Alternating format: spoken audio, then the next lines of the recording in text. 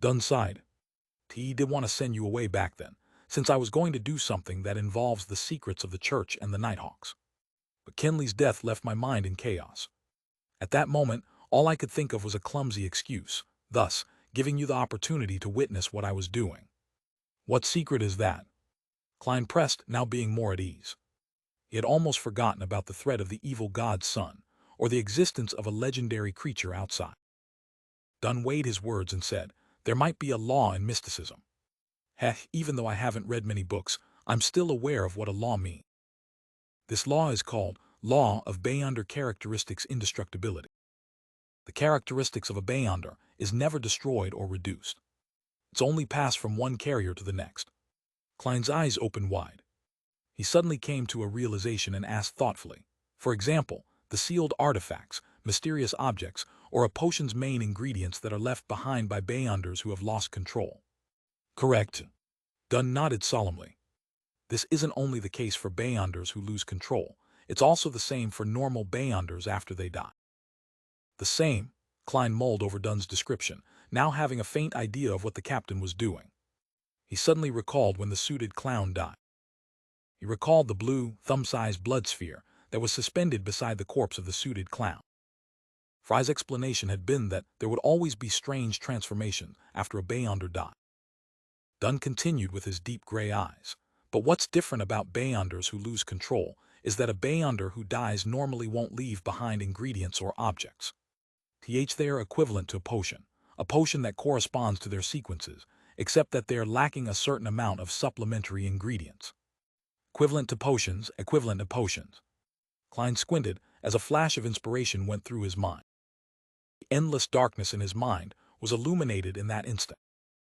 He suddenly understood many things, figuring out why the Beyonder pathways wouldn't be broken, even if the creatures used as main ingredients were going extinct. Apart from using substitutes, one could also simply use the remains of Beyonder. That should also be the reason why they only handed out complete potions at the higher sequences.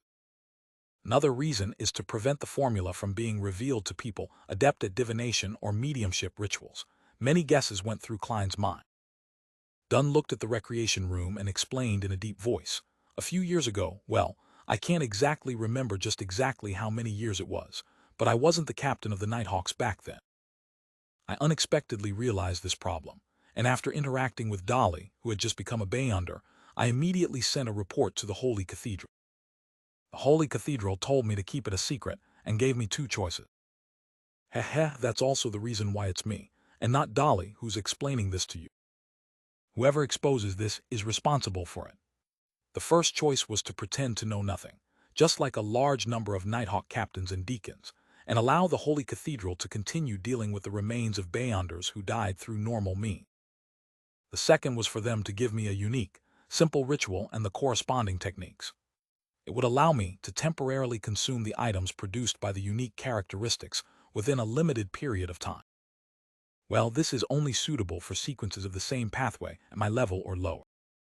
This would augment my Beyonder characteristics, and I would also become more powerful. In terms of abilities regarding dreams, my powers now are not too different from a sequence 6's. That's also the reason why I dared to deal with Madame Sharon. So that's why to think that something like this exists, Klein slowly exhaled. He finally understood why he couldn't come up with a logical explanation despite his best efforts. That was because he didn't have all the relevant information and was unable to fill in the blanks. Yes, this does match the law of Beyonder characteristics indestructibility. Would consuming these characteristics cause a qualitative change in the captain by constantly accumulating them? Klein allowed his mind to wander. After glancing at him, Dunn let out a bitter smile. He chose the second option, but not because I wanted to become more powerful. If I wanted to become more powerful, quickly digesting a potion and receiving an advancement is the best and most direct way. Yes, Klein agreed sincerely. Consolidating the characteristics of the potions of the same sequence will increase the risk of losing control at the same time as it improves your abilities, right? Dunn shook his head solemnly. No, these are the remains of normal Beyonders, and not Beyonders who have lost control. Well, after I came to know of the acting method, I realized that it would increase the difficulty of digesting the potion. Then why do you still continue? Klein asked in shock. Dunn placed his hand into his pocket, intending to take out his pipe, only to find that he had left it in his office. He shook his head and let out a self-deprecating smile. He just said that becoming more powerful isn't the reason why I consume their remains. Having said that, he paused, his eyes wandering to the blue flicker of the gas lamp opposite where he was standing. They were all my partners. We've gone through many things together. We've dealt with monsters in the darkness and insane heretics together. Some of them have saved me, and I've saved quite a number of them. We walked together in the silent night. We fought together in battles that aren't visible to the general public. We faced danger together. We had each other's backs. T really can't bear to part with them. I remember the lad hit. He broke into tears the first time we went on a dangerous mission. I remember Adelaide. He was Rosin's father. He once blocked an evil curse for me with his arm. I remember the lady, Dwayne, and her warm temperament which was like the dawn. She would always silently record the things we encountered. I remember Kenley being someone who knew how to do many things like play the 7-string guitar, sing, tell stories, even though he wasn't tall. He was more like a poet than Leonard. I miss them very much. He hoped to continue fighting with them, to continue dealing with the monsters in the darkness, to deal with the crazy heretics, to protect Tingen City with them. Thus I chose to consume their remains. Dunn's gray eyes seemed to flicker. His reliable and dependable persona broke down considerably at that moment. His lips arched upward slightly as he continued, "They are still with me in my dream. Adelaide loves to read, and he often reads at the solarium. He often tells me to discipline Rosin and get her to mature faster, to the point that Rosin complains about me becoming more and more like her father and has become scared of me. It is a person who cannot sit still and has to hunt in the forest every day. Dwayne always stands by the window of her bedroom and watches us chat. Kenley, who recently joined, created his own 7-string guitar and sings while strumming it. I really miss them." "Captain," Klein subconsciously muttered. His eyes became blurred and watery. He couldn't help but rub his eyes and curse in his heart. "Fucking. Captain, you're making me cry, but I finally understand the reason for the captain's slow progress despite using the acting method." Klein let out a silent sigh. "Unfortunately, old Neil died after losing control. Otherwise, he would have brought along much joy to us." Dunn retracted his gaze. He lowered his head and massaged the bridge of his nose. A few seconds later, he lifted his head and let out a bitter smile. "This is a selfish decision. You don't know what the true wishes of Adelaide, Kenley, and the rest were, and thus selfishly made a decision for them. I truly am a selfish person." "No," Klein shook his head. On the sofa in the receptionist area, Leonard watched Megos pull out clumps of her hair as his expression became more and more rigid. Megos seemed increasingly restless as she constantly picked up the glass for a mouthful of water.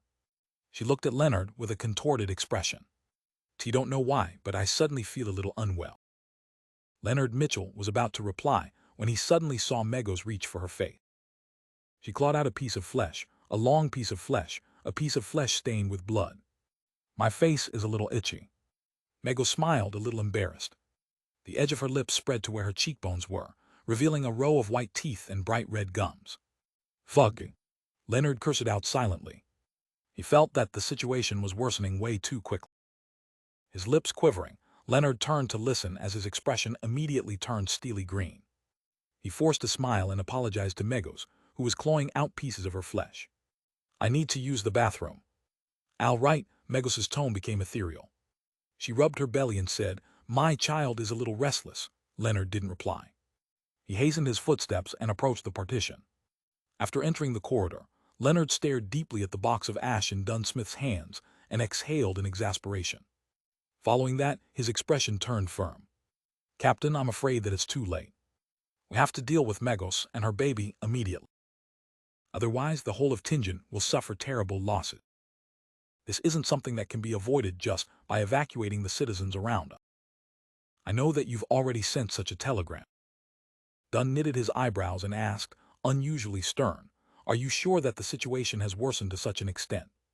"Yes.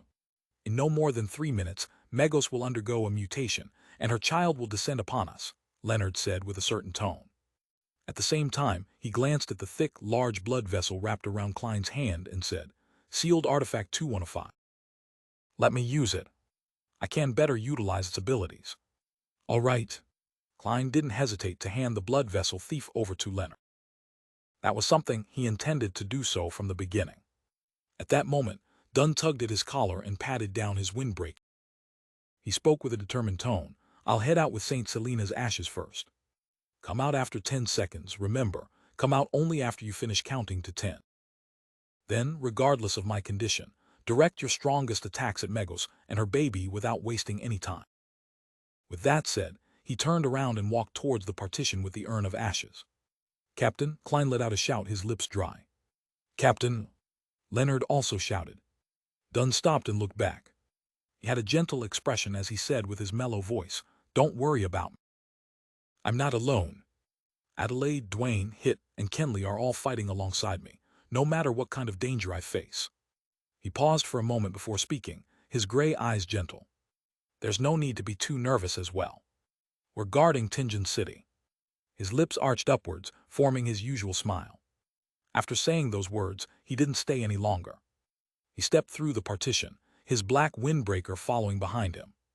Captain, Klein and Leonard shouted at the same time, their tears falling uncontrollably, but Dunn didn't slow down. We are guardians, but also a bunch of miserable wretches that are constantly fighting against threats and madness. Beep, beep, beep. The telegram set up in the captain's office suddenly came to life, seemingly having received a new telegram. But Klein and Leonard couldn't be distracted. They were counting the movements of the second hand on the clock as their red eyes welled up with tears. 10, 9, 8. Just then, Dunsmith carried the silver, bone-like square box into the reception hall with a solemn expression. Megos, who was pulling out clump after clump of blonde hair, tore a wound that was deep enough to show her bone. It was as though she was triggered by something. She suddenly stood and pointed at Dunsmith in his black windbreak. She shrieked, You want to kill my child. You want to kill my child. Boom. The shrill and terrifying voice reverberated. Klein felt like he was being struck in the head with a sledgehammer. He suddenly forgot to count as he had a headache and felt dizzy. His vision went red, and there seemed to be liquid flowing from the tip of his nose. He subconsciously looked sideways, and he saw the corner of Leonard Mitchell's eye. The tip of his nose and the corners of his lips were covered in fresh blood. His face was extremely pale, and his body was wavering as though he was about to fall. I'm probably in the same state. Klein reined back his thoughts and continued to count in silence as he skipped 2 numbers. DP0. Struck by the terrifyingly sharp voice, Dunsmith's deep gray eyes were filled with red veins. Every single strand was crystal clear. The blood vessels in his face protruded out as well, every one of them like a poisonous snake. There was also a gurgle, as red liquid flowed out of his ears as well. Despite that, he did feel dizzy. Other than his right hand pausing, his strong willpower drove him to press down on St. Selena's urn and open the lid. Inside the box there was deep darkness. In the darkness there was fine resplendent sand. The scene was magically beautiful, just like a starry night being stored in a box. The surroundings suddenly became dark, and the darkness engulfed the entire reception hall. In the air there were countless black, cold, and smooth threads were floating. They surged towards Megos and entangled her almost instantly. It wasn't like a spider web, but more like the tentacles of some unknown creature. Megos had already torn out her right eyeball. It hung by a thin cord of flesh underneath her eye socket. She stared at Dunsmith with hatred as she roared, You must die. Bang! Dunn was cast away by formless force and slammed heavily into the wall opposite. The wall cracked and bricks were thrown up. He spat a mouthful of fresh blood onto the ground, but both his hands were still tightly holding onto St. Selena's urn. He held onto it for dear life and kept it from falling to the ground. Those countless black, cold, and smooth threads tightened and bound Megos firmly to the spot. No matter how much blight-tainted flames rose up suddenly, or how her skin began to secrete a liquid that smelt like brimstone, neither of those defenses dealt any damage to the threads holding onto her. 3/call. 1 Klein and Leonard dashed out through the partition simultaneously. One of them was holding onto a warm, thin gold slice, and the other had already aimed his 5 fingers, with the blood vessel thief wound around his left wrist at Megos. Megos, who no longer looked human, struggled as flesh protruded from both sides of her shoulder. They were a mixture of blood vessels and green veins, round like a child's head. Above the two heads, cracks rapidly spread and seemingly turned into a pair of eyes. Megos suddenly noticed danger approaching, and she opened her mouth. The corner of her lips cracked all the way up to her ears. She was going to deal the blaspheme curse to every enemy that attempted to harm her child. At that moment, Leonard clenched his left hand into a fist as his wrist made a half-turn. His pale face turned livid, and the vessels protruded like a bunch of tiny poisonous worms. T4. Megos' blaspheme curse was left stuck in her throat as it came to a sudden halt. She seemed to have lost the ability to speak and the ability to evoke curses. Klein seized the opportunity and muttered an ancient Hermes word in a deep voice. Light. I want light and there will be light. He suddenly felt the thin gold slice that was covered in mysterious patterns become boiling hot as he saw it emit a blinding light, as though it had become a miniature sun. Right on the heels of that, Klein injected more than half his spirituality into it and threw the flaring sun charm towards the restrained Megos. The reception hall instantly turned transparent as darkness and gloominess vanished simultaneously. The black fine threads that entangled Megos shrank, as though they were instinctively avoiding something. But before Megos obtained her freedom, she already saw the sunlight.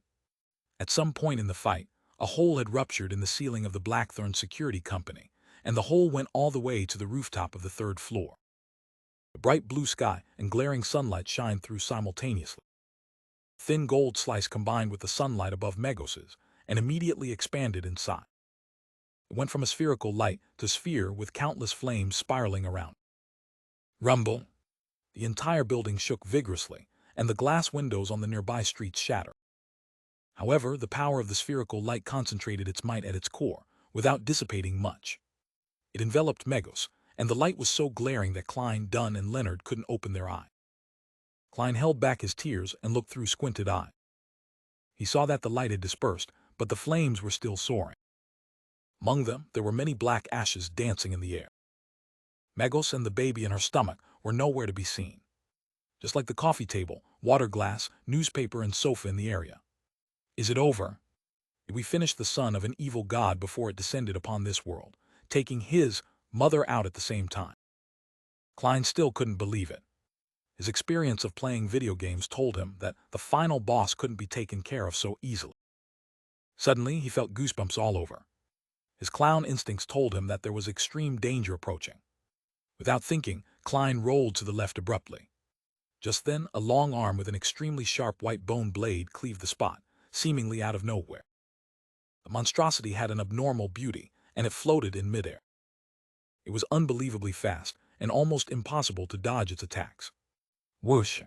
Klein's clothing on the right side of his chest was ripped apart, his skin ruptured, and his flesh, along with his bones, was split into two. The wound was so deep that he could almost see one of his lungs. If it wasn't because he sensed danger approaching beforehand and dodged in time, that slash would have sliced him in half. But even so, Klein slowed down. Extreme pain filled his head and scattered his consciousness. At the end of the white bone blade, a figure rapidly flew out. If it wasn't for the bump on its stomach, perhaps no one could identify it as Megos. Her hair and dress had been burned entirely. The skin on her face and body was charred black and was peeling off, flake after flake. Her nose had melted, leaving only two small black holes behind. Her eyeballs were nowhere to be seen, and there were faint white flames dancing in the empty sockets. The two heads that had popped up from both sides of Megos' shoulders had been burned away. Her left arm had become the white bone blade that she was holding. It looked demonic, yet holy. Krieg. As the ground shook, Megos ignored Dunn and Leonard, as well as the black, cold, and smooth fine threads that were hurtling towards her again. She phased over to Klein, who had come to stop after rolling away. She aimed the white bone blade at Klein's neck and was about to slash down. Suddenly, she heard a voice that contained a rich, blasphemous tone. Submit. Leonard lifted his left hand and aimed his palm at Megos. The sealed artifact 2105 wrapped around his wrist had turned from a thick, pale, blood-tainted blood vessel into a crimson intestine that had expanded to the point that it looked ready to explode. With the aid of the blood vessel thief, Leonard had successfully stolen Megos' blaspheme curse and was attempting to use her power to seize control of her. Only an ability at her level was effective. Under the influence of the blaspheme curse, Megos bent her waist, and her knees were constantly trembling. Her motions came to a halt as the surrounding black threads surrounded her as though they had found a delicious prey. Klein also took the opportunity to roll in the opposite direction, leaving a trail of fresh crimson blood behind him. However, he got some reprieve from his extreme pain and reached his hand into his pocket. He took out the last flaring sun charm. He took the opportunity when Megos was stationary to finish her off, once and for all. If she were to hold out until the baby was born, the outcome would be beyond their imagination. Boom! Megos's head exploded on its own. Her charred skin and flesh flew in all directions. But her headless body seized the opportunity to shake off the effect of the blaspheme curse. Boom! Megos's charred body transformed into a projectile that shot towards Leonard. Since the blaspheme curse had been forcefully disrupted, Leonard was temporarily frozen on the spot. At that moment, Dunsmith was still holding onto St. Selena's urn tightly. His face was abnormally pale, and the black, cold threads that were created was still short of surrounding Megos. Krieg! Megos slammed into Leonard, throwing him to the wall. The wall collapsed from the impact. Leonard's bones cracked, and there was blood spewing out from his mouth incessantly. Without even having the urge to struggle, he fainted instantly. Megos raised her white bone blade, but the countless black threads that emanated from St. Selena's urn enveloped her again and was about to bind her to the ground. Without the luxury of time to mind his injuries, Klein quickly took out the thin charm. Just as he was going to recite the ancient Hermes incantation, something suddenly sounded in the deep, dark, yet quiet room. Waya! It was the cry of a baby. Waya! The baby in Megos' stomach cried. It squirmed, wanting to come into this world in a bid to help its mother escape from her predicament. The black, cold, and smooth threads appeared to suffer a shock, as they seemed to be suppressed by an invisible power, which led to their retreat backward. Waya! Dunn and Klein became dizzy at the same time. They felt their throats contract involuntarily, as their contracting air passages instantly stifled them. Crimson liquid flowed from their nostrils, their eyes, and their ears. All of their capillaries seemed to have ruptured.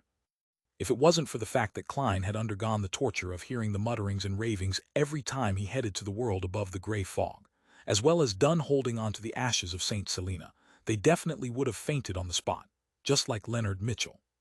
Megos' headless body turned over and looked at Klein, who saw her charred skin and flesh peeling to the ground, and the holy, yet evil white bone blade.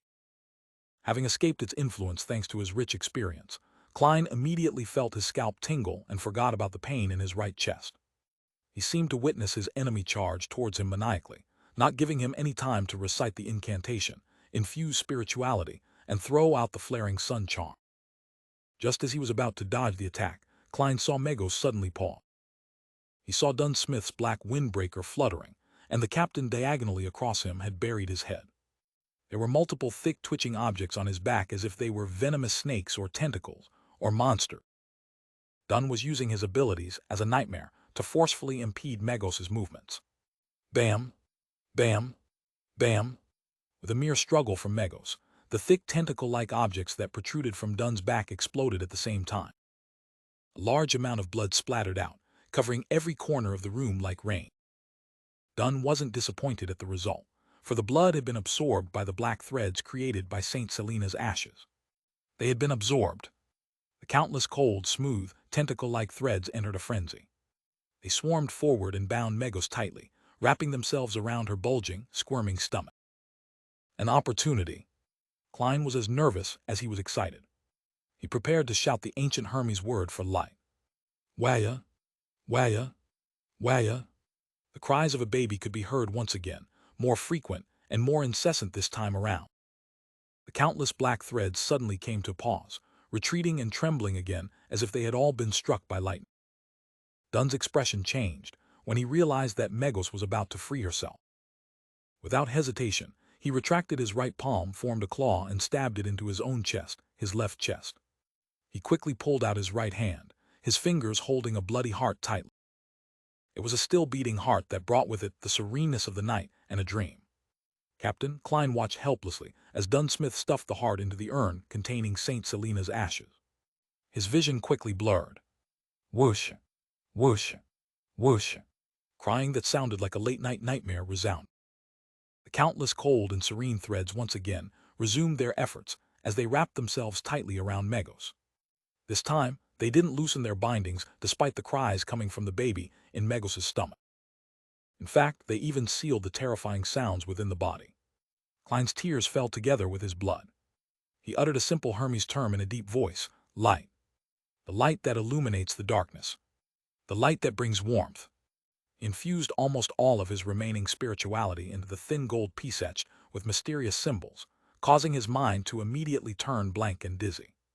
Having mustered the last of his strength, Klein tossed out the flaring sun charm at Megos, who was still bound by the countless black threads. The black threads didn't retract this time, having not followed their instincts, as if they were being willed by someone. Thump! Thump! Dunn's fresh heart was still beating within the box, containing Saint Selena's ashes. The sunlight once again shone in from the hole in the ceiling, shining through all 3 stories, right into the Blackthorn Security Company, as if it were a corporeal pillar. It was guided here by the flaring sun charm, and it was focused on Megos. The sunlight fused with the top of the headless monster, and then exploded like the sun. Rumble! In the burning white splendor, Klein closed his eyes. This last scene was etched deep into his mind. Megos' body lost its left arm, head, and multiple pieces of flesh. Its charred body crumbled instantly. The half-illusory, terrifying creature within her body no longer had the support of a physical body and couldn't complete the last stage of its transformation. It turned into a furious ball of black gas, dissolving amidst the light and flame. Rumble! The entire building shook violently, but this was only due to the released energy of the flaring sun charm. The charm was different from a normal bomb. Its powers were concentrated, yet restrained. Klein fought to stabilize his body. He opened his eyes and looked ahead a few seconds later. He saw that the walls had crumbled. He saw a charred circle where Megos once stood. Surprisingly, the floor had only melted slightly. He saw a burned, bloody placenta on the ground. He saw Dunn Smith standing on the spot, still wearing his black windbreaker. He saw the heart in the box of St. Selena's ashes, still beating slowly. He saw Leonard Mitchell lying on the opposite side. His outcome was unknown. The exhausted Klein felt elated, and felt that he could still use ritualistic magic to save the captain. He felt that Megos and her baby were truly finished. No, it was more accurate to say that the latter had suffered an interruption and was exorcised. At that moment, Dunn Smith turned to look at Klein. His pale face had a warm and relaxed expression, and his voice still as mellow as it usually was. "We saved Tingen." After saying this, it was as if he had returned to the time when he was 20. He no longer appeared stern and serious as he winked at Klein with his left eye. Klein's expression froze. He saw the heart in the box of St. Selena's ashes stop beating. It turned into a resplendent ball of light before scattering into the surrounding. He saw the captain fall backward, his arms losing their strength. It felt like the scene was made up of a series of paintings, but Klein could do nothing to stop it. Thump! The box of St. Selena's ashes fell onto the ground, just like Klein's heart. Thud! Thud! Even though the box wasn't covered, the darkness within the box sealed the opening, preventing the resplendent sand-like ashes from falling out. The box rolled a distance away towards Klein. Dunn Smith fell to the wrecked floor, his deep gray eyes having lost all their luster. He was looking at the hole in the ceiling, the sunlight pouring down on his face. "Captain!" Klein's vision blurred once again. He wanted to shout, but that word and the subsequent words were stuck in his throat. "We miss you too." At that moment, the box containing St. Selena's ashes had rolled to his feet. Suddenly, Klein felt a pain in his chest, his pupils violently constricted as he froze in place. He looked down to see a slightly pale palm, drenched in blood, coming out the left side of his chest. "Megos isn't dead, no. A new enemy, the mastermind behind the scenes. Am I going to die?" Klein quickly lost his consciousness, his eyes almost losing focus. His body slumped to the side. His breathing gradually slowed, and he finally felt the palm pull back quickly. He saw a pair of brand new leather boots, and a hand reaching downward, a slightly pale hand. It grabbed the urn of St. Selena's ashes. Klein's vision went black, and he lost all consciousness. Burned and shattered objects were scattered around in the now destroyed Blackthorn Security Company, but there wasn't a single sound. It was just like a cemetery. A few minutes later, Leonard Mitchell's body moved, his eyes opening slowly. He propped himself up with difficulty and surveyed the surrounding. He saw Dunn Smith on the ground.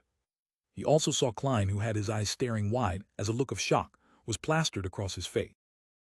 Dunn and Klein both had visible wounds on the left sides of their chest. No, Leonard squeezed out the word from his throat as he staggered towards Klein's corpse that wasn't far away from Dunn. He kept checking them, going between the two repeatedly, but all he could do was accept this irreversible truth. Leonard's knees buckled as his knees plopped to the ground. His green eyes were filled with pain as tears streamed down his cheeks, washing away the blood and dust. He turned his head and listened for 2 seconds and suddenly sprawled forward. He let out an angry roar and clenched his palms into fists and heavily pounded the floor. Thump, thump, thump. Leonard kept tearing up as he pounded the floor. Amidst his sorrow was a feeling of clear hatred and a clear sense of self-abhorrence. Thud, thud, thud. Leonard looked up when he heard the sounds of hurried footsteps and saw the members of the mandated punishers and the machinery hivemen that had just arrived at the scene through his blurred vision.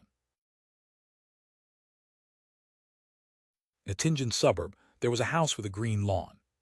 The house had a garden that had begun to wither at the beginning of September. Attached to the house was a crimson chimney. There was a desk next to the window in the bedroom of that house. An ordinary notebook was spread open on the table. A slightly pale hand flipped the notebook to the very first page, then it quickly flipped to the back. As the paper flipped, the rows of words appeared faintly.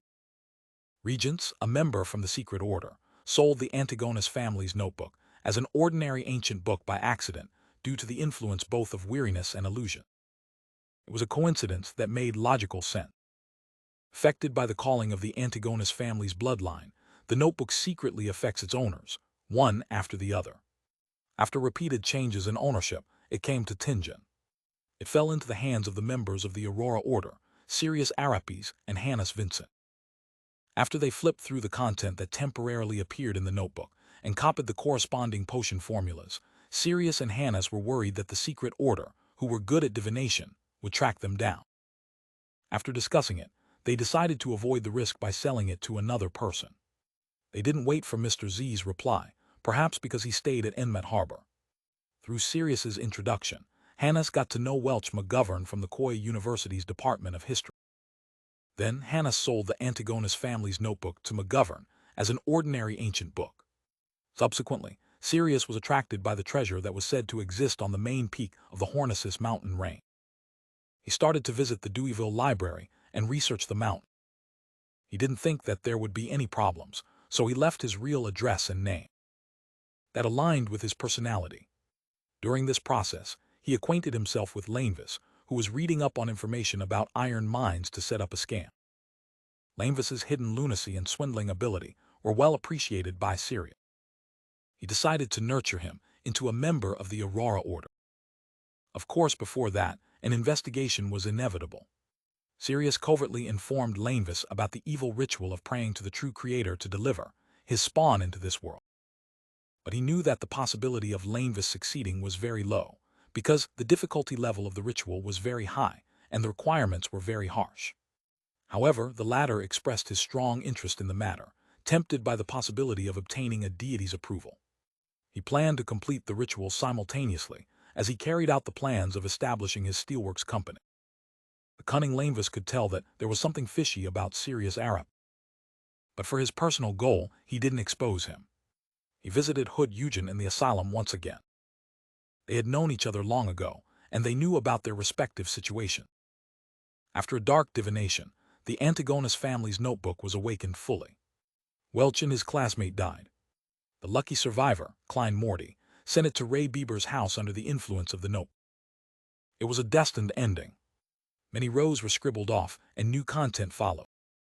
For some baffling reason, and a lack of sufficient explanations, Klein didn't commit suicide after that and somehow managed to stay alive. In the Nighthawks investigation of Welch's case that followed, he met Dunn Smith and joined the Nighthawks. Although it had already exceeded in C. Zangwill's description, it didn't affect the development of the story. Bacchus and his brothers were down on their luck. They lost their last chip at the gambling tables and were drowning in debt. In a bid to obtain money, they decided to kidnap and blackmail the somewhat wealthy individuals. When they were looking for their final hideout, they chanced upon the room opposite Ray Bieber's apartment. By then, Ray Bieber was already seduced by the power offered by the Antigonus family's note. He hoped to digest the gift left behind by his ancestor.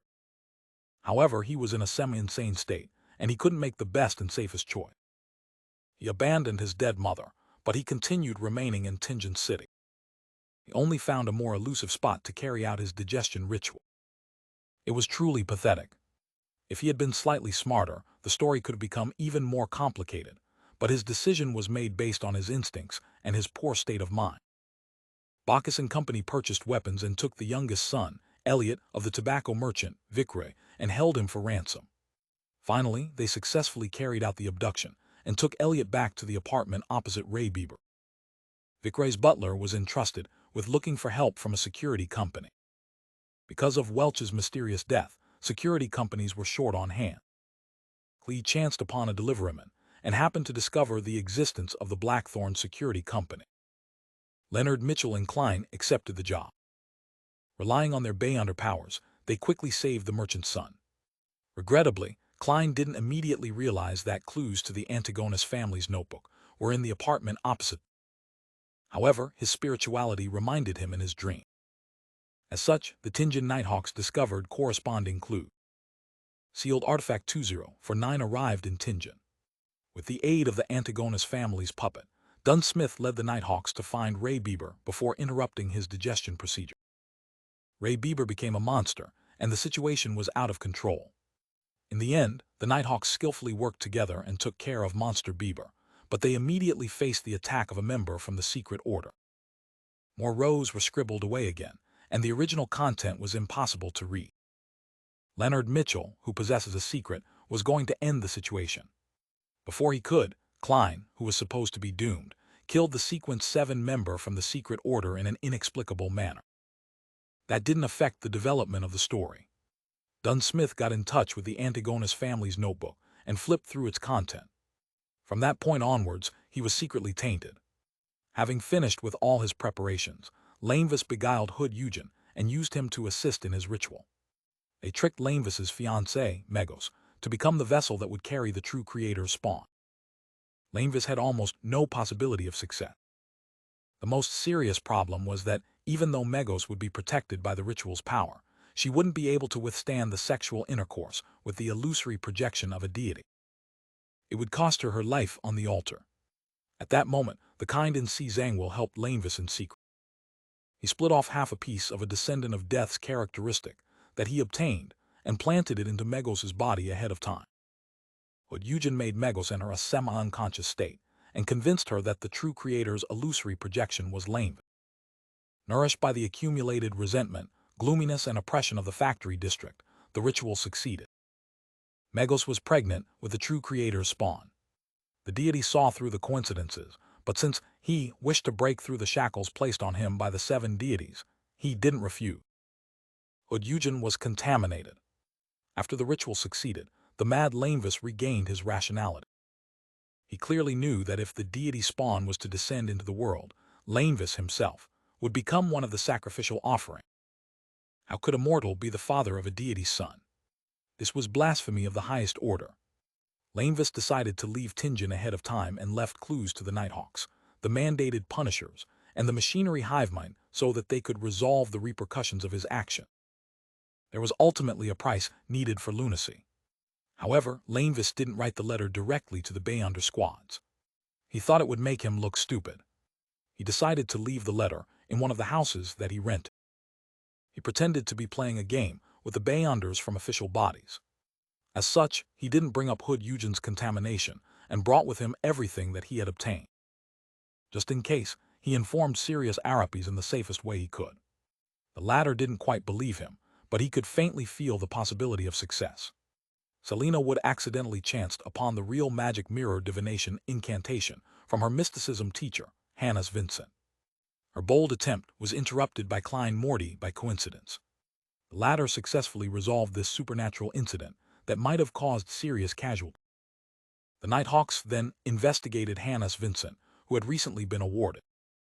Therefore, Dunn Smith coincidentally saw a clear image of the true creator in his dream and suffered severe injury.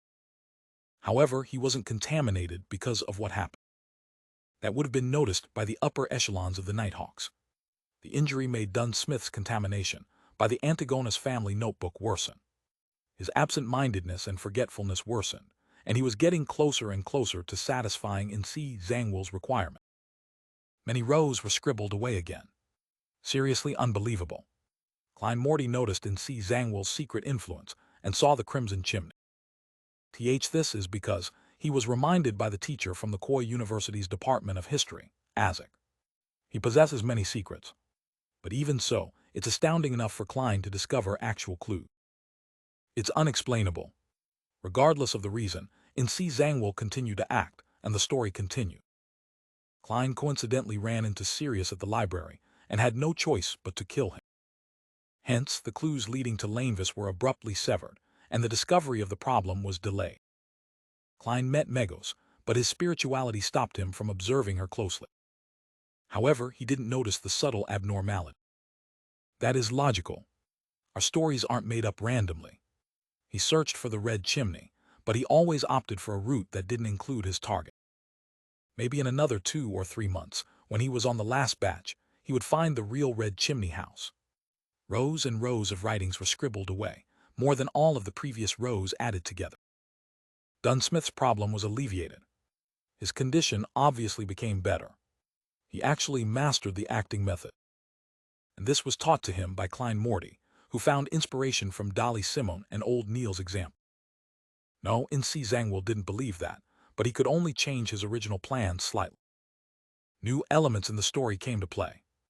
Azek decided to go to Backland in search of his lost memory. It wasn't long until Klein and Dunn found clues from Hood Eugen. In order to ensure that Tingen City's Conservative Party and New Party would be in complete opposition, Madame Sharon, who wanted to vent the accumulated madness after her transformation, decided to take the risk and murder Member of Parliament John Maynard. Her motive wasn't strong enough, but she took action anyway. There are always times when people are not clear-minded enough, and she happened to be in that state. Besides, she was confident that she wouldn't be discovered. Maynard's wife found the Blackthorn Security Company through the tobacco merchant, Viceroy. They didn't disappoint her, and they quickly found Madame Sharon's abnormality. Dunn Smith, who possessed power that was close to Sequence 6, decided to take action first. He passed the sealed artifact 30271 to Kenley. When the two of them and Klein returned to Madame Sharon's residence, Dunn attempted to pull her into a dream to control her from a distance. It was a good plan, but unfortunately, Madame Sharon happened to have the statue of the primordial demoness by her side. Hence, the Nighthawk's plan failed. Kenley reflected himself in the mirror due to his nervousness and saw himself. Madame Sharon was taken care of while Kenley died. Dunn blamed himself and consumed Kenley's Beyonder characteristic, as he usually did. His digestion procedure was interrupted as a result and was delayed. As such, his mental state became unstable.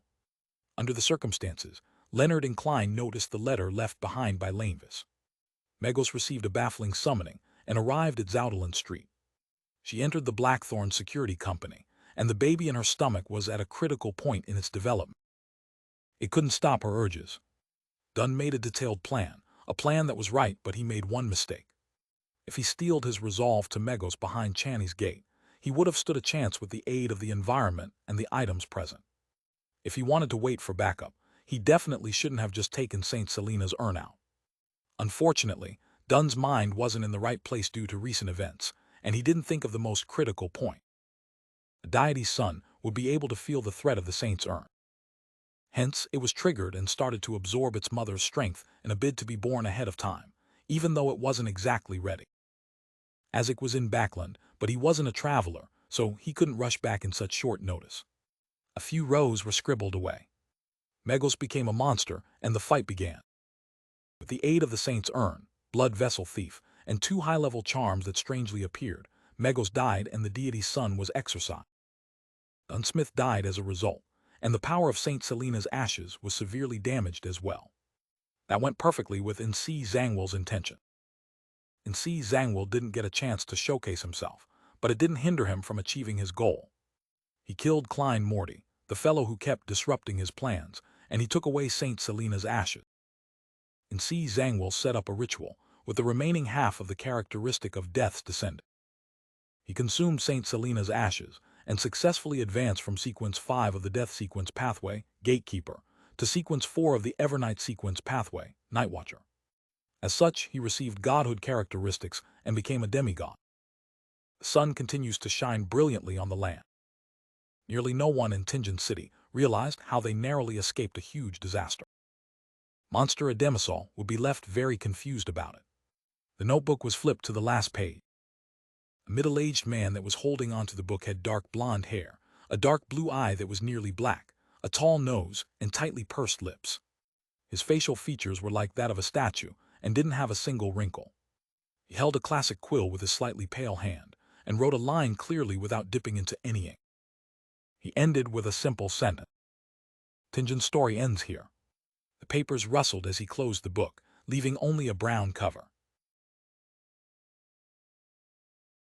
In the basement of St. Selena Cathedral, in the guardroom outside Channy's gate, Leonard Mitchell was leaning on the back of his chair. His legs were propped up on the table. His eyes were vacant without any focus. Even though he had been healed using ritualistic magic, he still looked terrible, as if he had obtained reprieve from a severe illness without fully recovering.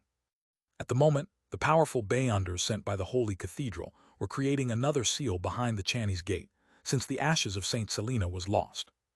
They had conflicting opinions, some wanting to fill in the gap of power using a new holy item, while the others believed that there was no need to go through all the trouble.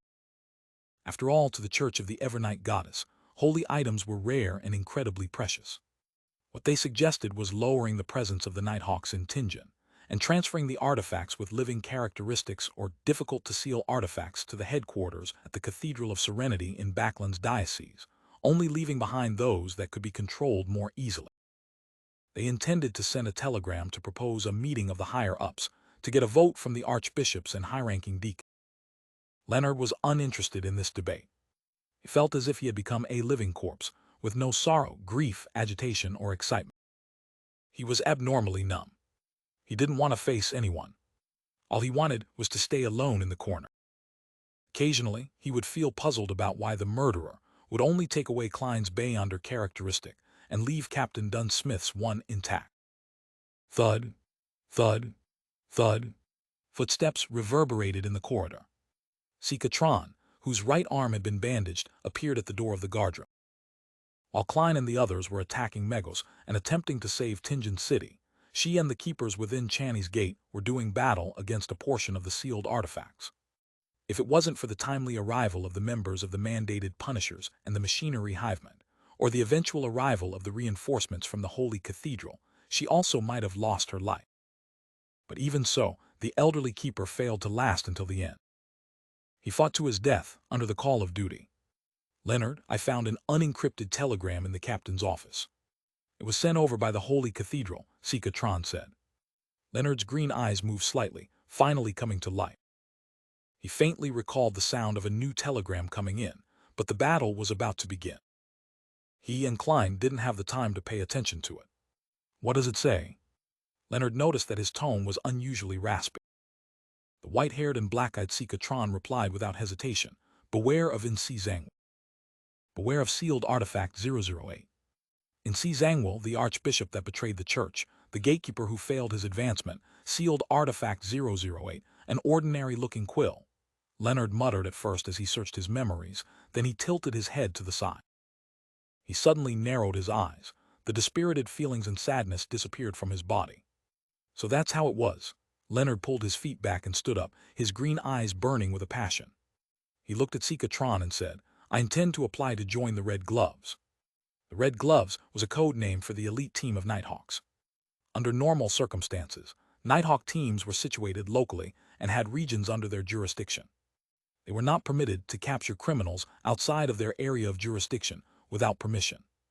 As such, some evildoers would change their location after every crime, making it terribly inconvenient for the Nighthawks. To deal with this, the Church of the Evernight Goddess set up the Red Glove. They were carefully selected elites, some even possessing incomplete holy items. Their mission was to reinforce Nighthawk teams that had called for help, as well as track down and arrest evildoers without any restriction. In some circles they were also called pursuers or hunting dogs. Red Gloves. But their lowest requirement is Sequence 7, Besides, the dangers the Red Gloves face are many times higher than an ordinary Nighthawk squad, Sikatron said in concern and doubt. Leonard smiled coldly. TM close to advancing soon. His eyes became cold. He clenched his teeth and said to himself, I want revenge. And see Zangwill, you must live until the day I become powerful enough. All right, Sika seemed to have guessed Leonard's thoughts. She sighed. Almost half of our team will be new faces. It's rare to see a Nighthawk team become so ravaged. Leonard's expression darkened. He clenched his teeth and asked, Are the bodies ready? Yes. Sika nodded indiscernibly. Leonard suddenly stepped towards the door. TLL notify their families. I'll deal with the scene I don't want to deal with the most. They'll do it at 2 Daffodil Street. Melissa sat on the sofa, inspecting the 3 tickets in her hand. She was looking at the words, the printed date and the seat numbers. Benson was sitting beside her, observing his sister with a smile. He had a relaxed posture. Suddenly, they heard the doorbell. Ding dong, ding dong. Melissa glanced at their busy maid Bella, then she took the 3 tickets with her and stood up, looking a little confused. She briskly ran to the door. Her black hair was shinier than it was before, her face no longer skinny. The color of her skin had a ruddy color, and her brown eyes looked brighter and energetic. Twisting the handle and opening the door, Melissa froze for a moment. She didn't recognize their visitor. It was a young man with black hair and green eyes. He looked handsome, but his face was unusually pale. Hidden in his eyes was deep sorrow. May I know who you are? Melissa asked, feeling somewhat lost. Leonard had specially draped a black formal coat over his white shirt. He said in a raspy voice, I'm a colleague of your brother Klein. Melissa's heart suddenly skipped a beat. She instinctively tiptoed to look behind Leonard, but didn't notice anything. She said with a strange quiver in her voice, Where's Klein? Leonard closed his eyes, inhaling as he said, I'm very sorry, your brother Klein died at the hands of an evil criminal while he was trying to save others. He's a hero, a true hero. Melissa widened her eyes slowly, her body shaking indiscernibly. The 3 tickets in her hands dropped helplessly onto the floor. The tickets faced upward, revealing the name of the play, The Return of the Count. Sitting in the Morty family's living room, Leonard didn't dare to look directly at Melissa and Benson. But he couldn't stop scenes of what they looked like from flashing through his mind. That girl filled with youthfulness and vibrancy had her eyes wide open.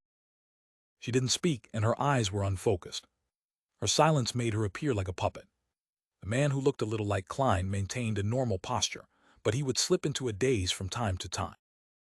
His words came out slowly. That's the gist of the matter. I'm very sorry that I was unable to prevent it in a timely manner. The Blackthorn Security Company, the police department, and those that he helped have promised a bereavement compensation of about £6,000, Leonard said, as his eyes darted around. Suddenly, Benson interrupted him. His voice was hoarse as he asked, Where's his body? I'm asking where's Klein's body. He puckered his lips and paused. When can we see him? In the company. You can see him now, Leonard answered, unable to mask his grief. All right. Benson moved his rigid lips with great difficulty. Let me use the bathroom first. Without waiting for Leonard's reply, he quickly entered the bathroom and slammed the door closed. He stood in front of the sink and turned on the tap, allowing the water to flow. He bent down and repeatedly splashed water onto his face. As he did that, his actions came to a sudden stop. Nothing changed for a long time, leaving only the sound of running water reverberating in the bathroom.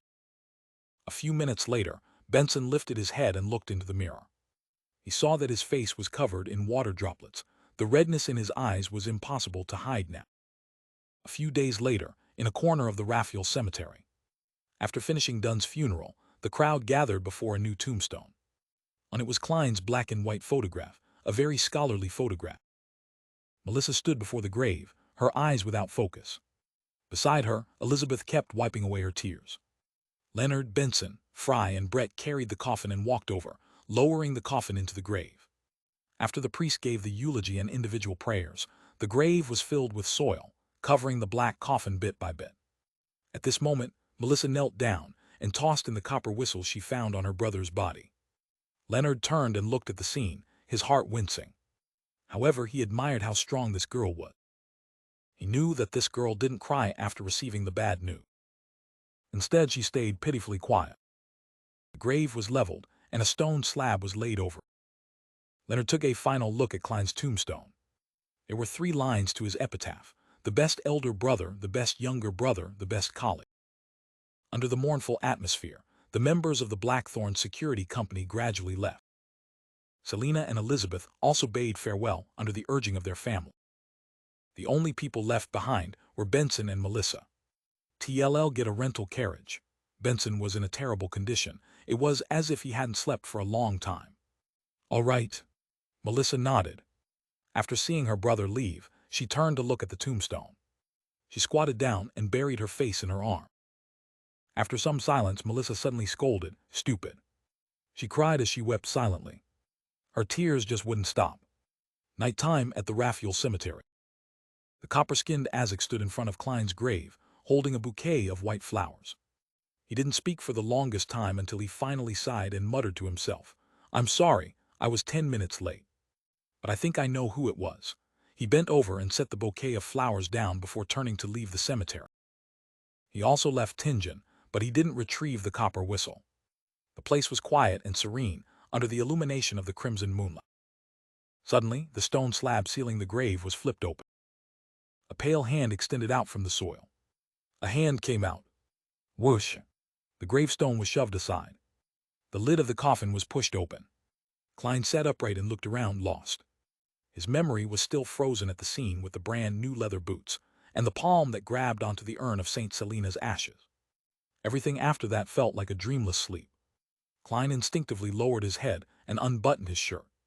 He looked at the left side of his chest, only to see that his ravaged injury and missing heart were squirming as they healed, similar to how he recovered from the bullet wound through his temple back when he looked into the mirror. The only difference was that this time, the recovery was much slower and much more difficult. In the northern part of the Lone Kingdom, the September breeze, that had an additional coldness to it, howled through the cemetery. It was even gloomier and colder than usual.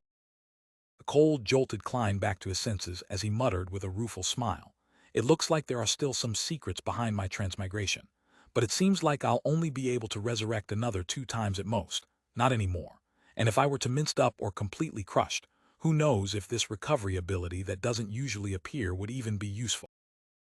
After half a minute, Klein buttoned his suit and realized that he was wearing his newest shirt and tuxedo, but they were now covered in soil and dirt. Benson and Melissa really have no idea how to save money, the thought popped into his head. He supported his weight on his hand and flipped up into a standing position, realizing that he still had his clown ability. The best elder brother, the best younger brother, the best colleague. Klein looked at his tombstone and read the inscription. He felt his heart wince, seemingly sensing the despondent feelings Melissa and Benson had experienced. "This is probably even more depressing than watching Captain die before my eyes." He sighed and retracted his gaze. He squatted down and closed the coffin lid. His thoughts were still scattered, but Klein knew that he had to take care of the scene as soon as possible and not let anyone notice. Resurrection wasn't something any commoner could accept. If the Nighthawks, mandated punishers, or the machinery hive mind learned of this, Klein believed that he wouldn't have a great ending. Of course, if it was on Earth, he could deceive the people into believing that he was the blessed one of God, the man of salvation, had he consumed the lawyer or swindler potion. However, in the world he was in, there was a real God that could respond to rituals. He scraped the soil back together and covered it with the stone slab. Klein clapped his hands and stood up once again. At that moment, the scene didn't appear strange. He was just like a gentleman who came to offer his condolences late at night. The only oddity was that the person in the photo on the tombstone looked exactly like him. During the process of filling his grave, his spirituality noticed the existence of Azek's copper whistle. Hence, he dug it out and wiped it clean. However, Klein didn't intend to summon the messenger immediately. He decided to figure out the situation first. Klein lifted his left hand and saw the topaz pendant that was still wrapped around his wrist. He guessed this is considered a burial object. He gave a self-deprecating laugh and took off the pendulum. He looked around and his face grew solemn. "Captain should be buried in this cemetery as well, I guess." He changed directions twice and finally determined the location of Dunn's tombstone using the pendulum. With the moonlight's aid, Klein walked around and searched for about 15 minutes until he finally saw Captain's monochrome photo. It had a gentle expression, high hairline, gray eyes, nothing unusual compared to before. Under Dunn's photo was his name, date of birth, date of death, and epitaph. The true guardian, the most trusted partner, the captain forever.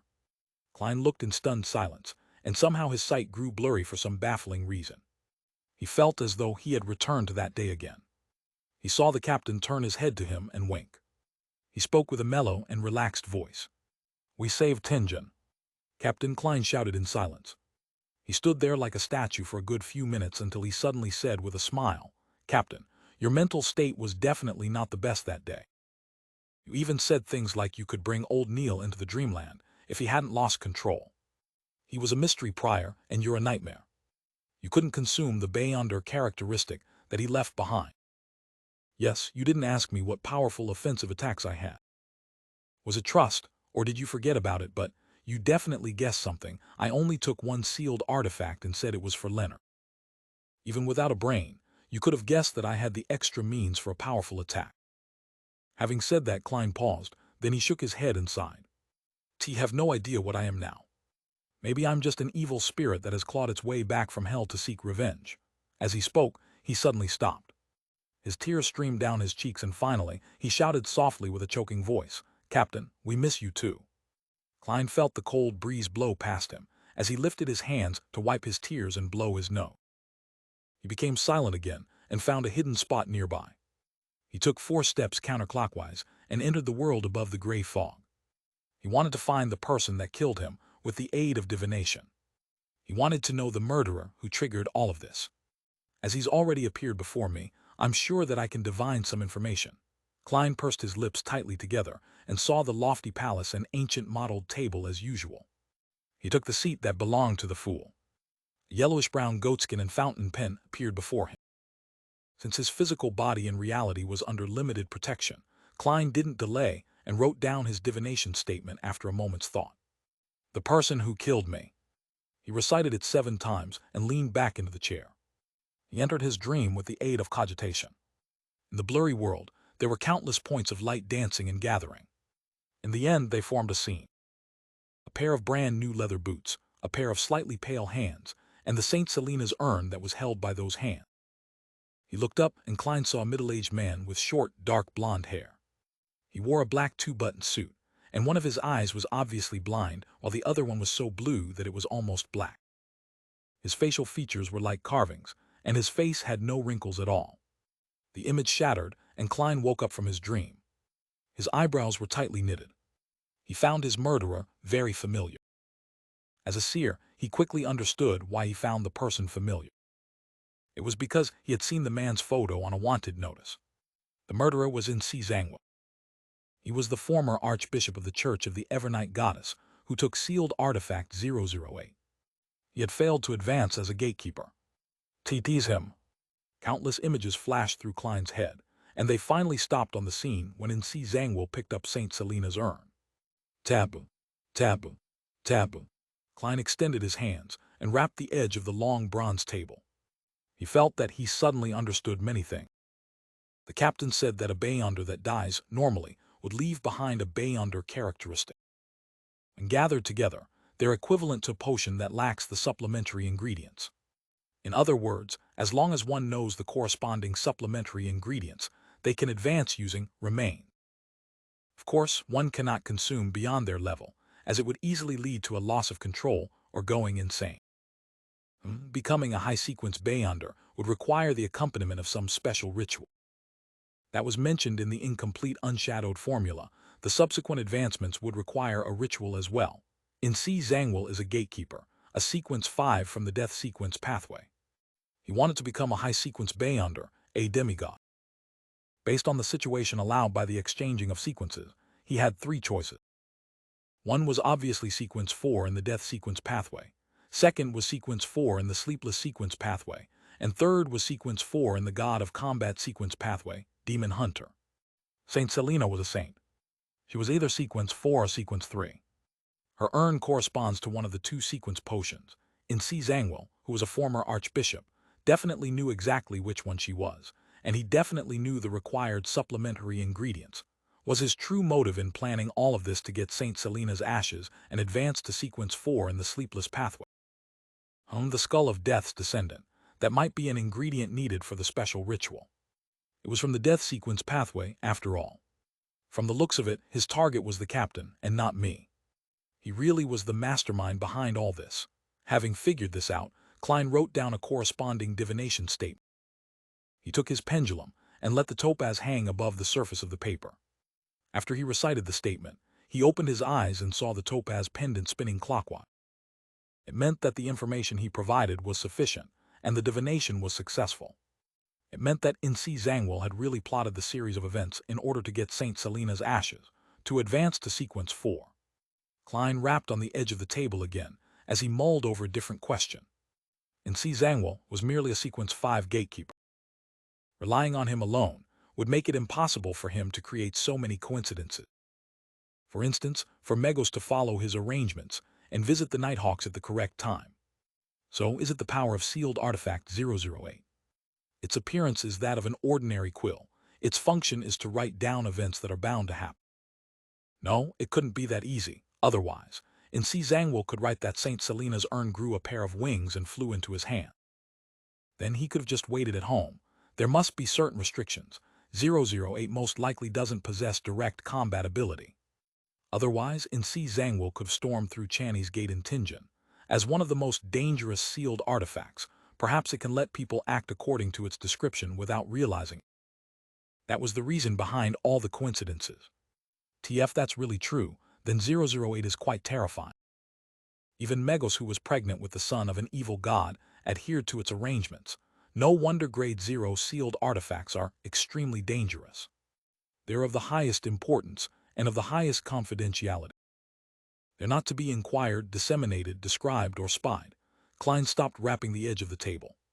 He divined his earlier guess, but unfortunately it failed due to a lack of information. He saw that a few minutes had passed, and he planned to return to the real world as soon as possible.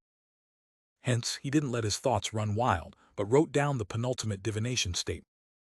The city where Insi Zangwill currently is. Due to the existence of sealed artifact 008, and the fact that Insi Zangwill had likely become a demigod, Klein couldn't divine his exact location directly. He could only make a rough inquiry of the general area. Of course, if there wasn't a mysterious space like the world above the gray fog to eliminate disturbances, he would definitely fail in divination, even if it was a rough inquiry. He leaned against the high-back chair and recited the divination statement 7 times. He dreamed again and entered the blurry world. The blurry world suddenly cracked, and there was a wide river which was slightly murky. There was a grand bridge above the river. Both banks had ports lined one after another. There were many goods and many workers. The northeast of the river, there were rows upon rows of houses. Most of them had the Lone Kingdom's present-day architectural styles, such as polygenic roofs, oriel windows, and no veranda by the street. Other than that, there was a lot of Gothic architecture. The streets were filled with people and carriages. From time to time, strange machinery could be seen. The farther east he went, the more chimneys there were and the smokier it got. When he headed west, the elevation rose, and there were houses in grayish-blue, beige, and light yellow that spiraled up opulent castles and Gothic clock towers. Gong! The chime of a clock sounded, and snapped Klein back to his senses. He knew which city he had seen. The Land of Hope and the City of Cities, Backland. So Insi Zangwill has gone to Backland. I wonder how long he'll stay there. Yes, I should confirm this every now and then. Klein leaned forward as he thought. He erased the contents on the goatskin and wrote a new divination statement, Lanevis's current location.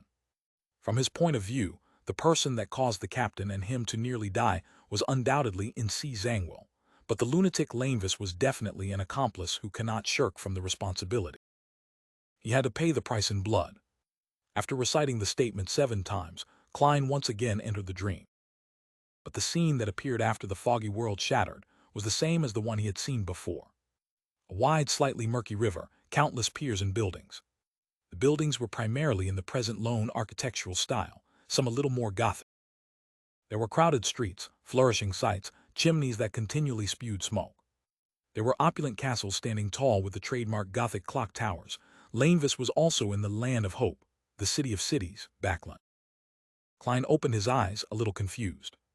He had divined for Lanevis's specific location, but the results were still a very general, vague region.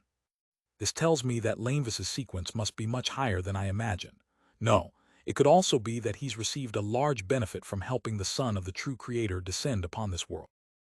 For example, a little godhood characteristics, or some object similar to the placenta left behind by Megus's baby. The latter would most likely have been taken away by Nc Zhang. Thoughts ran through Klein's mind as he muttered to himself whilst he made initial assumptions. After confirming the rough area where both his enemies were, he thought about another problem. He still didn't have the ability to exact revenge. Even if Lanevis is only a sequence 7, or even 8, it wouldn't be easy to deal with him if he did indeed receive a large benefit. Lanevis is also obviously very crafty. He could outwit and defeat Beyonders more powerful than himself. Nc Zhangwil is even more terrifying. He's a sequence 4 demigod, and he wields a powerful grade O sealed artifact. Although there were some secrets surrounding my transmigration, it's clear that I can't convert those secrets into combat strength. It's likely that it's not possible for a very long period of time. The only means that I have are to continue raising my sequence, or I could collect even more powerful mystical items. I have to use both the methods at the same time. In between his thoughts, Klein decided to add another divination. He deliberated on the statement before writing solemnly, "My opportunities of becoming powerful." He gently placed the pen on the table and leaned back, then he closed his eyes. He recited the statement silently and fell into a deep sleep with the help of cogitation. In the foggy world, he once again saw the scene that he had previously seen. The river, piers, chimneys, crowds, castles, various machinery, and Gothic clock tower. He had once again seen the capital of the Lone Kingdom, Backland. Immediately following that, the scene changed. He saw a magnificent peak piercing through the clouds, and on it, he saw a majestic, ancient palace. He saw the giant throne carved from stone, adorned with dull gems and gold. He saw a strange vertical pupil formed from countless mysterious symbols. The scene shattered silently without warning. Klein slowly sat up and tapped on the edge of the table with his finger. Backland contains the opportunities for me to become powerful. Does the second scene refer to the main peak of the Hornisus mountain range, the treasures left behind by the Antigonus family? The strange vertical pupil formed by countless mysterious symbols, which the misfortune cloth puppet conveyed to me through the corruption from the Antigonus family's notebook, is the key to beginning all of this. Many thoughts flashed through his mind. Klein decided that he was in no rush to visit the Hornisus mountain range. Even a sequence 4 demigod might not be able to deal with the dangers that resided there. I guess I'll head to Backland first. Klein sighed and made a decision.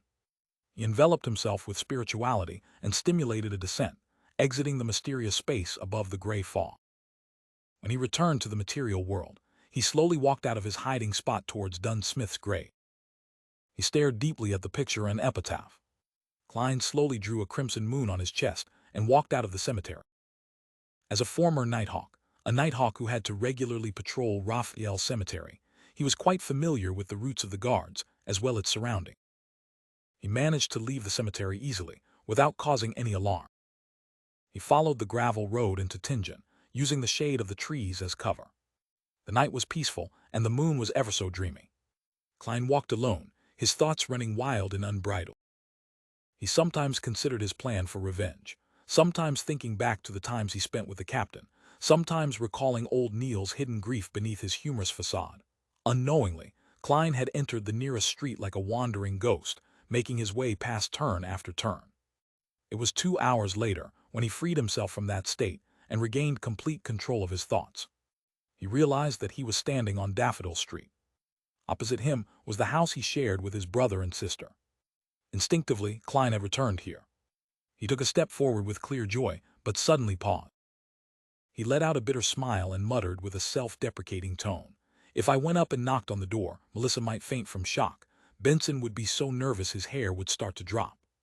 He would then try his best to calmly convince me, in the name of a curly-haired baboon." Shaking his head, Klein stared at the familiar door for a while before heading towards Iron Cross Street. "This is fine too. This is fine too. The things that I do in the future will not implicate them. The compensation given to them by the Nighthawks team and the police department will be enough for them to live a stable middle-class life. Even if Melissa fails to find a job and Benson loses his job, Klein walked silently for a moment before starting to feel fatigue. But as someone who was dead, he didn't have any other belongings on him except for the clothes he was wearing, his topaz pendulum, and Azek's copper whistle. He didn't have pounds, nor solely, nor penny. Should I give the whistle a blow to send a letter to Mr. Azek and get him to help me? Klein laughed optimistically. Forget it, I shouldn't contact him for the time being. Perhaps N.C. Zangwill is still keeping him under surveillance. I'll look for him when the time is right. To an old monster who has lived countless lives for thousands of years, he should be able to understand resurrection. At least it's not too cold tonight. I'll make do by finding a place to sleep for the time being and head the Tingen branch of the Backland Bank tomorrow morning to retrieve the money in the anonymous account. As there had been too many things to do lately, Klein hadn't had the time to start on the experiments involving the sacrificial ritual. He hadn't touched the £300 in the anonymous account either. That should be enough to support my expenses for quite a while. I'll buy a newspaper tomorrow to confirm what day it is. Miss Justice and the others didn't make any new prayers, which means that I didn't miss a gathering, Klein thought as he found a spot that had no wind. He sat down and took off his jacket. He used it as a blanket and leaned on the wall to sleep. It wasn't long into his sleep when he was suddenly woken by someone. He saw a policeman wielding a baton. He only had a single chevron on his epaulette, the lowest-ranking police constable. Klein glanced at him to ascertain his identity. The policeman said fiercely, "You can't sleep here. The streets and parks aren't for you lazy, jobless vagrants to sleep in. Those are the terms in the poor law." "Is that so?" Klein froze. Given his sensitive identity, he didn't argue with the policeman. He grabbed his jacket and continued walking until daybreak. Soon after, he lowered his head and entered the Tingen branch of the Backland Bank. He took out £200 with the password he had set, leaving behind a third of the money as savings, in case of any emergency. Without a doubt, Klein heard prayers when he wrote the password in ancient Hermes. Klein then spent £38 on 2 sets of formal wear, 2 shirts, 2 trousers, 2 pairs of leather boots, 2 bow ties, 4 pairs of socks, as well as 2 thick double-breasted jackets, 2 solid-colored fur coats, and 2 pairs of thick trousers in preparation for the winter. He also bought a cane, a wallet, and a leather luggage bag. After completing his purchase, Klein found a hotel to wash up and change in. He rented a private carriage directly to the train station in Tingen in order to avoid meeting anyone familiar. Along the way, he purchased a newspaper and discovered that it was Sunday. It took about 4 hours to get from Tingen to Backland by train. A luxurious first-class seat cost about £0.75 or 15 soldi. A second-class seat cost 10 soldi or half a pound. The packed, poorly maintained third-class seats were rather cheap at only 5 soldi. Klein thought for a moment before buying a seat for the 2 o'clock train, a second-class seat. Klein found a random spot to sit in the waiting area with his ticket and luggage in hand. It was only slightly after 9 in the morning. He was happy that the Lone Kingdom didn't have a strict census. He could prove his identity just by using the water and gas bills, as well as his rent for the past 3 months. Purchasing a train ticket was even easier, as all he needed was money. Klein suddenly had an empty feeling in his heart as he was sitting there, thinking about how he was about to leave for Backland from Tingen in the afternoon. He thought about his sister, who always gave him a motherly vibe. He thought about his brother, who liked to crack cold jokes. He thought about how they would fill their stomachs up so much that they wouldn't feel like moving. Recalling these scenes, Klein suddenly laughed. He laughed bitterly, for he thought about the tortoise that Melissa called a puppet, as well as Benson's pitiful hairline. He suddenly had a strong urge. He wanted to see his siblings again. At this moment, Klein suddenly realized why he hadn't picked an earlier train, but instead bought a ticket for the 2 o'clock train. He carried his luggage and left the waiting area quickly, taking a rented carriage back to Daffodil Street. He then hid in a shady area on the opposite side and looked at the door to his house. There were many times when he felt like heading over, but he couldn't bring himself to cross the wide street. Klein looked across the road in a daze, suddenly having a feeling of homelessness. He'd had a similar feeling when he had just transmigrated. Suddenly, he saw the door to the house open as Melissa and Benson came out. Melissa was wearing a black dress and black veiled hat. Benson was in a shirt, vest, trousers, coat, and hat all in black. They both had numb, sullen expression. Melissa has become skinnier. Why is Benson so haggard? Klein's heart winced in pain. He opened his mouth but couldn't shout out their names. Without realizing it, he followed Benson and Melissa to the nearest municipal square. He saw that tents had been erected there again. A new circus troupe was in town for a performance. Benson took out some money and purchased the entrance tickets and led Melissa into the circus. He forced a smile. The circus troupe is very famous. Melissa nodded without expression. Okay. Suddenly, she slipped and almost fell. Klein, who was also buying a ticket, opened his mouth. He wanted to help his sister, but he could only retract the hand he had instinctively extended and stood helplessly in the busy crowd. Benson jumped in fright, but he was too late to help.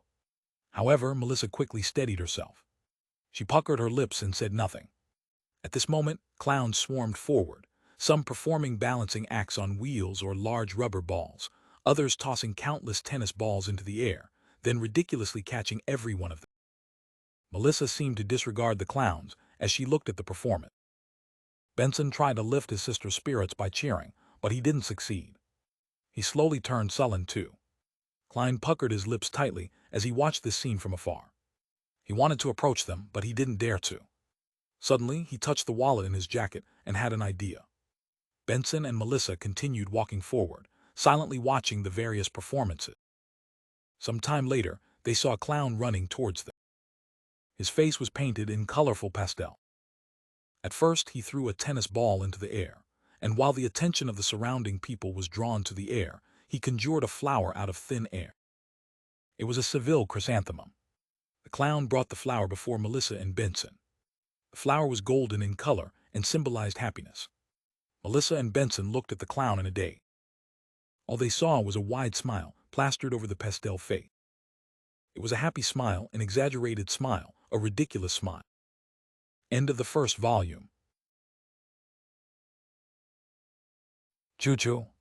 A train whistle resounded in every corner of the station as a metal behemoth, in the form of a steam locomotive, came to a slow stop with more than 20 carriages in tow.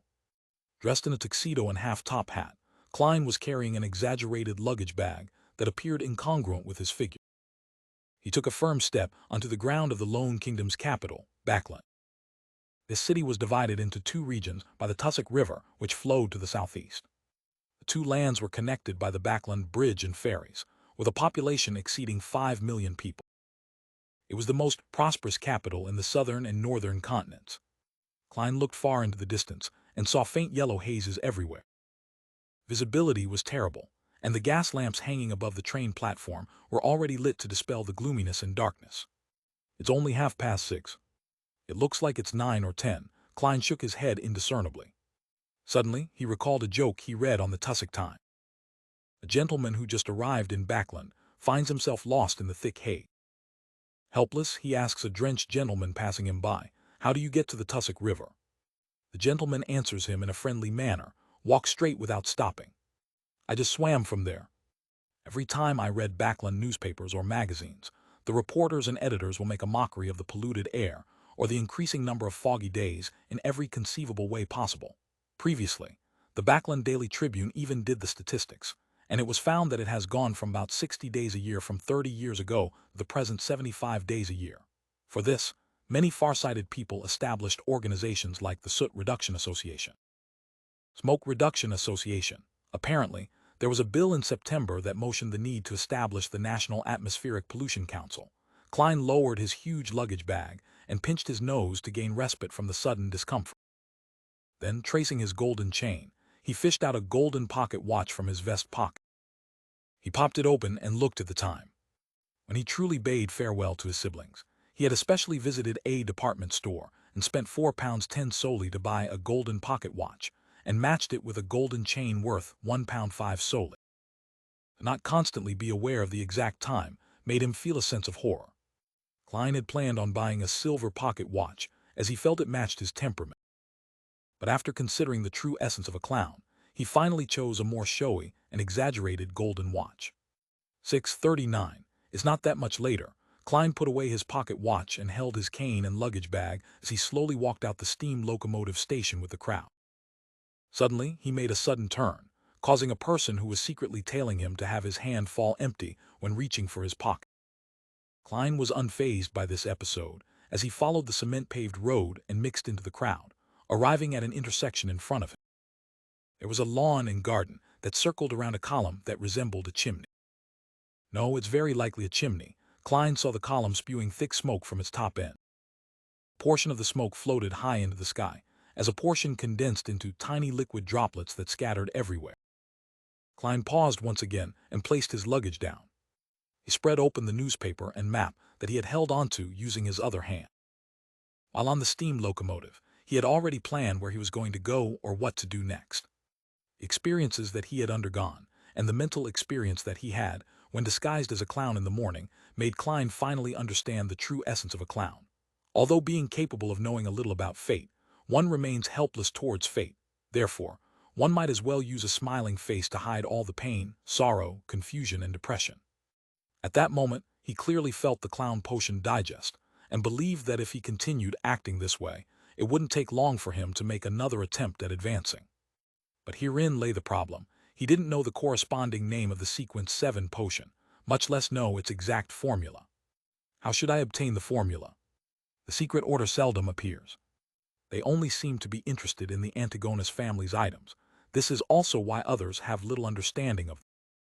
Yes, I should consider two aspects. One, I need to come into contact with the local Beyonder circles and see if I can find clues. Two, I should set a trap and use the Antigonus family's treasure as bait to lure the secret order out. After all, I do possess knowledge of the strange vertical pupil formed from the numerous mysterious symbols. But that's too risky. I need to be careful since the bait cannot be too good or too bad. It won't garner their interest if it's too bad, and if it's too good, I might end up attracting a shark that can swallow me whole. The secret order's leader, Zeratul, is a figure who guided Emperor Roselle. Maybe he had obtained the biggest slice of the pie during that revolutionary feast. Of course, he might not still be alive, as that was something from 200 years ago. Amidst his thoughts, Klein felt the coldness of Backland and couldn't help but shiver. He decided to find a residence as soon as possible. He flipped through the papers and once again browsed through the rental section and saw a circled advertisement. 15 Minsk Street, Sherwood Borough, terrace house, weekly rent of 18 solely. Klein had thought this through very carefully about the area in which he was to stay in. Although Backland had a population exceeding 5 million people, he still needed to be wary about meeting the local Nighthawks. Be it the newly transferred Dolly or Lorada, Ayer Harson, and Borgia that he previously met, they would definitely be able to recognize him.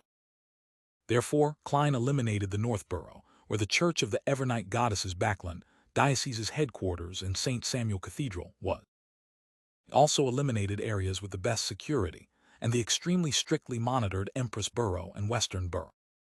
These two boroughs belonged to the nobles and the richest magnates, with more of the nobles living closer to Empress Borough. After eliminating the worker areas, the harbor, and the East Borough and Backland Bridge region where the poor gathered, Klein had few choices left. The first choice was Hillston Backland, where the Backland Stock Exchange, Clearing House, Futures Center, the 7 major banks' headquarters, various trust funds, rail companies, and bulk cargo commerce companies were. It was known as the financial, business, and economic center of the Lone Kingdom. The second choice was Sherwood Borough, where there were many small companies and residential buildings. The two boroughs had a lot of people in them, and the security was relatively good. It was good for hiding in. After serious consideration, Klein chose the cheaper Sherwood Borough. The reason why he didn't seek out organizations like the Capital Housing Improvement Company or Capital Housing Improvement Association was due to the fact that they needed identification, which he couldn't produce at the moment. If I can't find a place to rent today, I'll find a motel that doesn't need any identification to stay for the night. Klein gathered the things in his hand and carried his luggage. According to the map, he walked towards what seemed like a department store's entrance. That was the Backland Metro's entrance. Yes, a metro. The first time Klein saw the word metro on the newspapers and magazines, he nearly jumped in fright.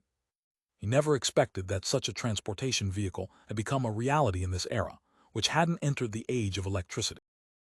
It was born 25 years ago. It first connected both banks of the Tussock River and had now expanded to the Key City borough. Of course, there weren't many stations. Through the main door, Klein followed the people ahead of him as he walked to the ticketing booth. After being in line for a few minutes, he finally saw a cashier with a head with beautiful golden hair. The lady didn't raise her head. All she did was point at the wooden board by the side of the window with the prices.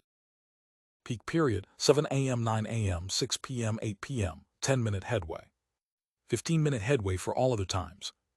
First class seat, 6 pence. Second class seat, 4 pence. Third class seat, 3 pence. Return trips are respectively 9, 6, 5 pence. Annual pass first class, £8. Second class, £5. 10 solely third class. No annual pass. It's cheaper than I imagined. There's actually no distance restriction. Melissa would definitely love this more than a horse carriage. This is the culmination of machinery, Klein thought as he suddenly felt upset. He revealed a brilliant smile and fished out 4 pence and handed it to the cashier. Second class seat. Smack.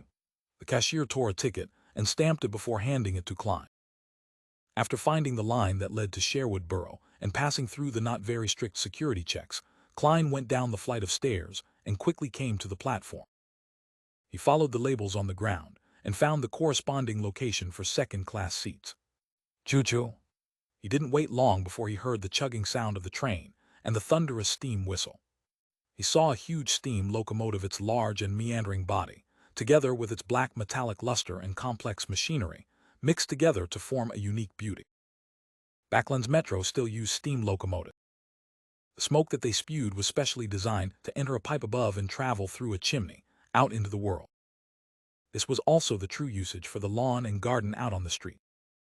Amidst the screeching sound of metal, Klein first waited for the passengers to alight before carrying his cane and luggage over slowly. He then allowed the conductor to check his tickets. Unlike the third-class seats, the second-class seats were one person to a seat, so there were no concerns about having one seat snatched. Just as Klein sat down, stowed away his luggage and leaned on his cane, he suddenly heard hurried footsteps. He subconsciously looked towards the door and saw a thin, adolescent boy rush into the carriage. The boy was wearing a coat that didn't suit his age. He wore a rounded top hat and carried a ragged haversack. He kept his head very low. "Team, sorry. I got on the wrong carriage. I'm from third class." He showed his ticket and apologized to the passengers before briskly walking towards the third-class carriage. Klein retracted his gaze and once again confirmed his destination as he waited for the doors to the carriage to close. At that moment, he heard chaotic and hurried footsteps. He then saw a few men dressed in black coats and half-top hats rush into the carriage. Are they chasing after that 15-year-old boy? Klein instinctively had such a thought. He shook his head gently and continued reading his newspapers and map, just like the other passengers on board the carriage. Did you see a teenage boy? He's wearing an old coat. One of the men who dashed into the carriage asked the conductor fiercely. Klein glanced at the man through the corner of his eyes. He was thin and hardy, his skin a dark shade from prolonged exposure to the sun. His eyes were much more recessed than the typical Lone Kingdom citizen. A Highlander, or a mixed blood? He nodded thoughtfully. In the middle of the northern continent, the point where the Hornisus mountain range began, there was a highland which was extremely hot and dry. Most of it belonged under the Fainapotter Kingdom, while the area west belonged to the Intis Republic. The area to the east belonged to the Lone Kingdom. Its natives were thin and barbarians, but they were brave and skillful in warfare.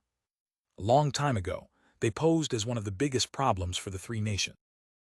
But with the advancement of gunpowder and the changes in the way war was carried out, these Highlanders eventually recognized reality and submitted. A large number of them left the Highlands and entered Backland, Trier, Fainapotter City, and the various flourishing cities or ports in the northern continent. Some were workers, while others became grunts of the local triad. They dared to kill and showed no fear of thorny situations. The conductor was a man in his 20s. He shrank back when he heard that as he pointed in the direction of the third-class carriage. T saw him, he went that way. The leader, wearing a black coat and half-top hat, nodded indiscernibly. He led his men and rushed to the third-class carriage and showed no concern towards the surrounding passengers. If I were that boy, I would have already alighted from the third-class carriage. As Klein read his newspaper, he began letting his thoughts stray. About a minute later, the train whistled as the carriage doors closed. Chug, chug. The steam metro began speeding up as it cruised along. But at that moment, Klein suddenly sensed something as he looked up to see the door leading to the other second-class carriages. The teenage boy walked slowly into the carriage wearing his old coat and round top hat while carrying a ragged haversack. He looked adolescent and had refined facial features. His red eyes were staid and solemn. Impressive. He alighted from the third-class carriage and circled around to enter from the first-class carriage again. Was he afraid that his pursuers had partners waiting inside the metro station? Klein was slightly surprised. He felt that the boy's handling of the situation was rather mature and careful. He was much better than most people in their 20s. He clicked this left molar lightly and secretly activated his spirit vision. He scanned the boy and saw that he was in a state of fatigue. His emotions were tense and he was dispirited. However, he still maintained a blueness that represented calm thinking. Impressive at his age, Klein mumbled silently as he lowered his head and continued reading his paper. The boy didn't notice that he had been scrutinized by a beyonder as he headed for the third-class carriage once again. The rest of the journey happened stably and calmly. Klein arrived 20 minutes later at one of the 3 train stations in Sherwood Borough. He took a rented carriage for nearly 10 minutes before finding Mince Street. According to the descriptions in the papers, he came to Unit 17, which was next to Unit 15, and pulled the doorbell. Cuckoo! Cuckoo! As sounds reverberated inside the house, a mechanical bird that didn't look too fancy popped out from above the door.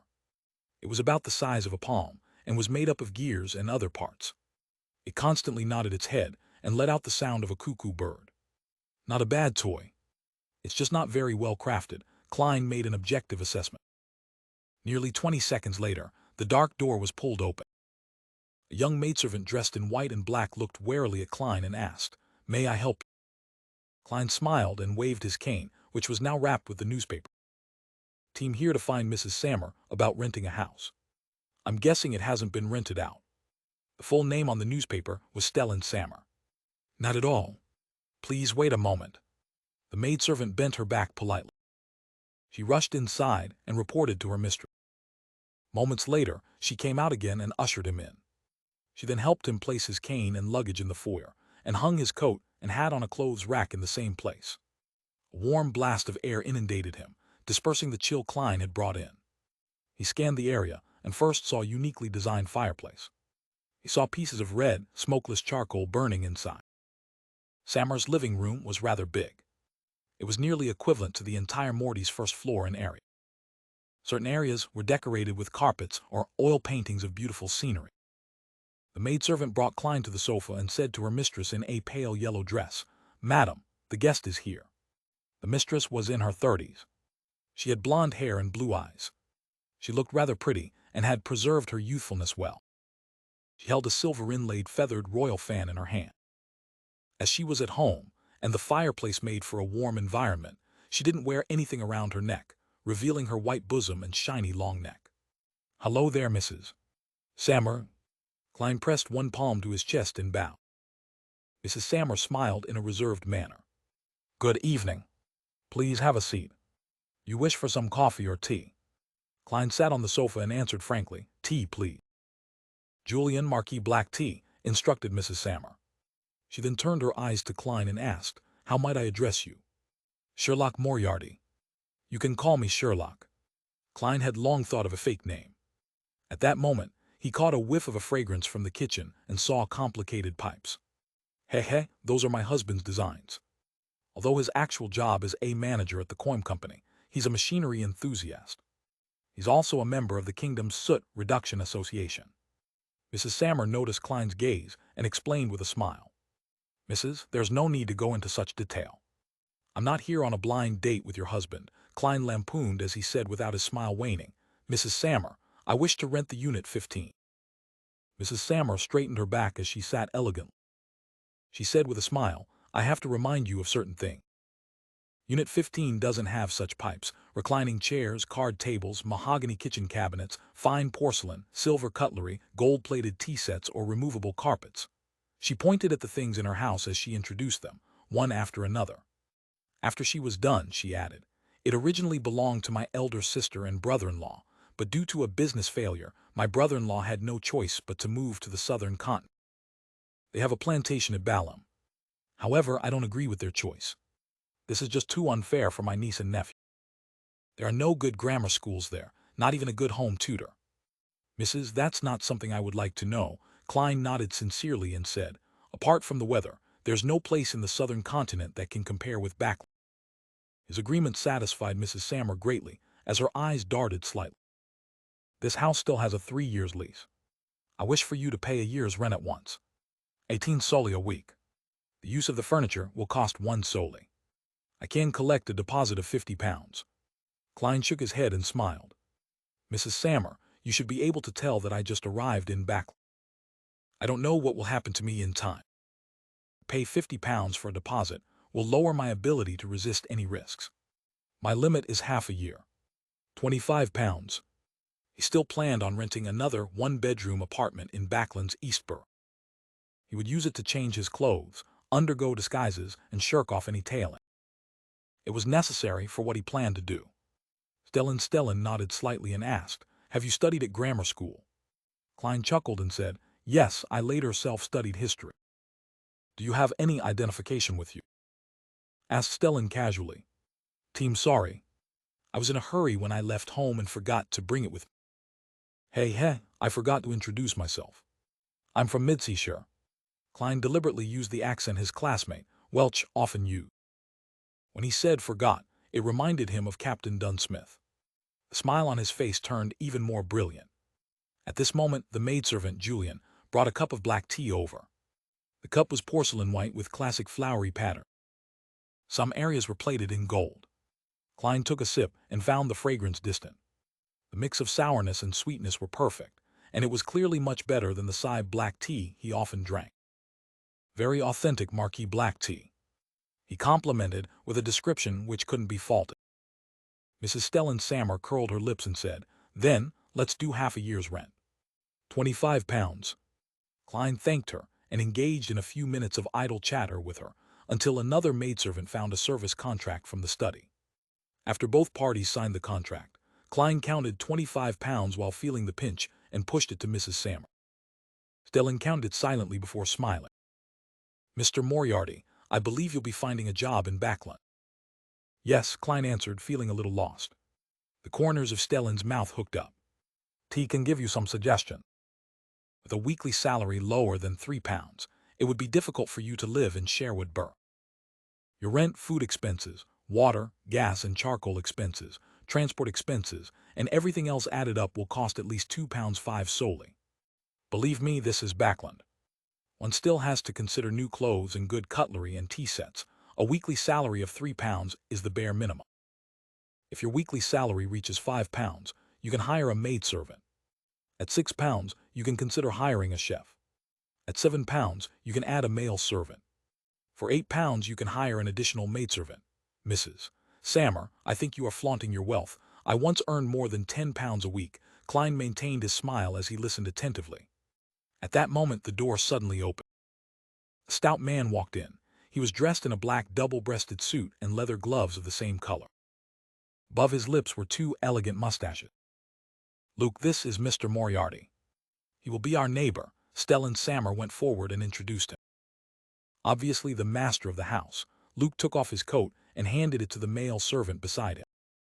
He smiled politely and said, "Mr. Moriarty, would you like to join us for dinner?" "This is the manager of some coin company, a member of the Lone Kingdom Soot Reduction Association," Klein said with a smile. "I'm very sorry, Mr. Sammer. I've eaten on the steam locomotive, although that taste does leave a deep impression on one." After exchanging some pleasantries, Klein was led by Julian out of the house and into the neighboring Unit 15. The layout was very similar to the unit next door. The first floor had a huge living room, a dining room with decent lighting, 2 guest rooms, a bathroom, a cellar, a kitchen that extended all the way back. On the second floor there were 4 bedrooms, an activity room, a solarium, a study, 2 bedrooms, and a huge balcony. Mrs. Sammer wishes to tell you that you can rent out part of it, but not to workers or make this place too packed or noisy. Oh, I'll bring you clean blankets, sheets, and pillowcases in a while." Julian returned to the Sammers after informing Klein. After doing a round of packing, Klein finally settled into Backland. He sat in an empty living room and suddenly felt lonely. Hence, he forced himself to consider his future plan. Whether he liked it or not, revenge and advancement couldn't be done in the blink of an eye. Therefore, he had to obtain a lucrative job to to prevent himself from facing any financial problem. However, the job couldn't restrict him and affect his movements and plans. In other words, he needed sufficient freedom. After some deliberation and eliminating unsuitable jobs, Klein was left with three choices. He could become an author by becoming a plagiarist. However, his identity was sensitive, so the more famous he became, the more trouble it meant. All he could do was give up unwillingly. The second choice was to be a news reporter. This was considered quite a decent job in this time and age. However, job applications required his educational certificates and other documents. Klein was helpless in that respect. Finally, he chose the third job, private detective. This was also the reason why he had taken on a fake name. Gathering Klein started his first morning in Backland under cold and humid weather conditions, with a light fog that provided very little visibility. For breakfast, he had 1 liter worth of cheap tea, costing 1 penny, and 2 pieces of toast with inferior butter in the center. He was busy the entire morning, but he first went to the Sherwood Borough's Backland Bulletin to post a tiny advertisement for a month at the cost of £30. From Tuesday, the Backland Bulletin's loyal readers would see a tiny advertisement along the seams of its 7th and 8th page. Sherlock Moriarty. Good at various types of private investigation. Reasonable prices, and strictly adheres to the principles of confidentiality. Resides at Sherwood Borough's 15 Mint Street. The reason why Klein didn't choose major newspapers like the Tussock Times or the Backland Daily Tribune, that had a readership all across the entirety of the Lone Kingdom, was due to the fact that his business was temporarily limited to Backland. Furthermore, he didn't wish for a sterling reputation. Therefore, the Backland Bulletin, which was well received locally and had low advertisement fees, became his first choice. After leaving the Backland Bulletin's headquarters, Klein took out a map and followed it to purchase various herb powders and silver slices from various herbal stores, flower stores, jewelry stores, and accessory stores. He did it in preparation for holding a ritual. When items that didn't have any spirituality were involved, most of the materials in mysticism could be purchased from ordinary stores. However, they weren't all under one roof, requiring him to visit many stores to collect. To do so, Klein spent another £5. The humongous sum of £200 that he withdrew broke below the £100 mark, leaving him only with £92. Spending money is as easy as drinking water. Klein found a small cafeteria nearby and ordered a black pepper steak worth 8 pence. He returned to 15 Mint Street at 1 in the afternoon, and without rest, he spent his time using slumber flower, dragon blood grass, dark red sandalwood, and mint powders to create holy night powder, a key ingredient needed to create a wall of spirituality. He could only make do with this method until he bought a real silver ritual dagger. Klein speculated that he would have to advance to sequence 7 before he could do away with this restriction. Fume as justice, Mr. Hanged Man and the Son haven't requested for leave yet. The gathering will be held on time today. I wonder what surprises Mr. Hanged Man will bring me, and how many pages of Roselle's diary he can provide. Klein laid back on his bed in the bedroom and thought about all sorts of things. To him, a private detective was a career that took into account both money and action. It allowed him to get in touch with people from all walks of life and slowly discover the Bayonder Circle in Backland. From there, he could slowly find clues regarding the secret order. Of course, if he was lucky, he would even be able to figure out the sequence 7, which corresponded to the clown, through a particular circle of Bayonders, and buy the corresponding potion formula and main ingredients. As for N.C. Zangwill's whereabouts, Klein temporarily chose not to take the initiative to seek him out. He might even avoid him a little. However, if he were to accidentally discover this enemy of his, without exposing himself, he wouldn't mind doing a good deed and sending an anonymous letter to the Church of the Evernight Goddess. A private detective's income can, at most, support a middle-class standard of living. If I want enough money to buy the potion formula and Bayonder materials, it will either depend on Miss Justice, or it will be through investments with the remaining £100 that I have left in my anonymous account. Yes, I can't touch the £92 that I have for the time being.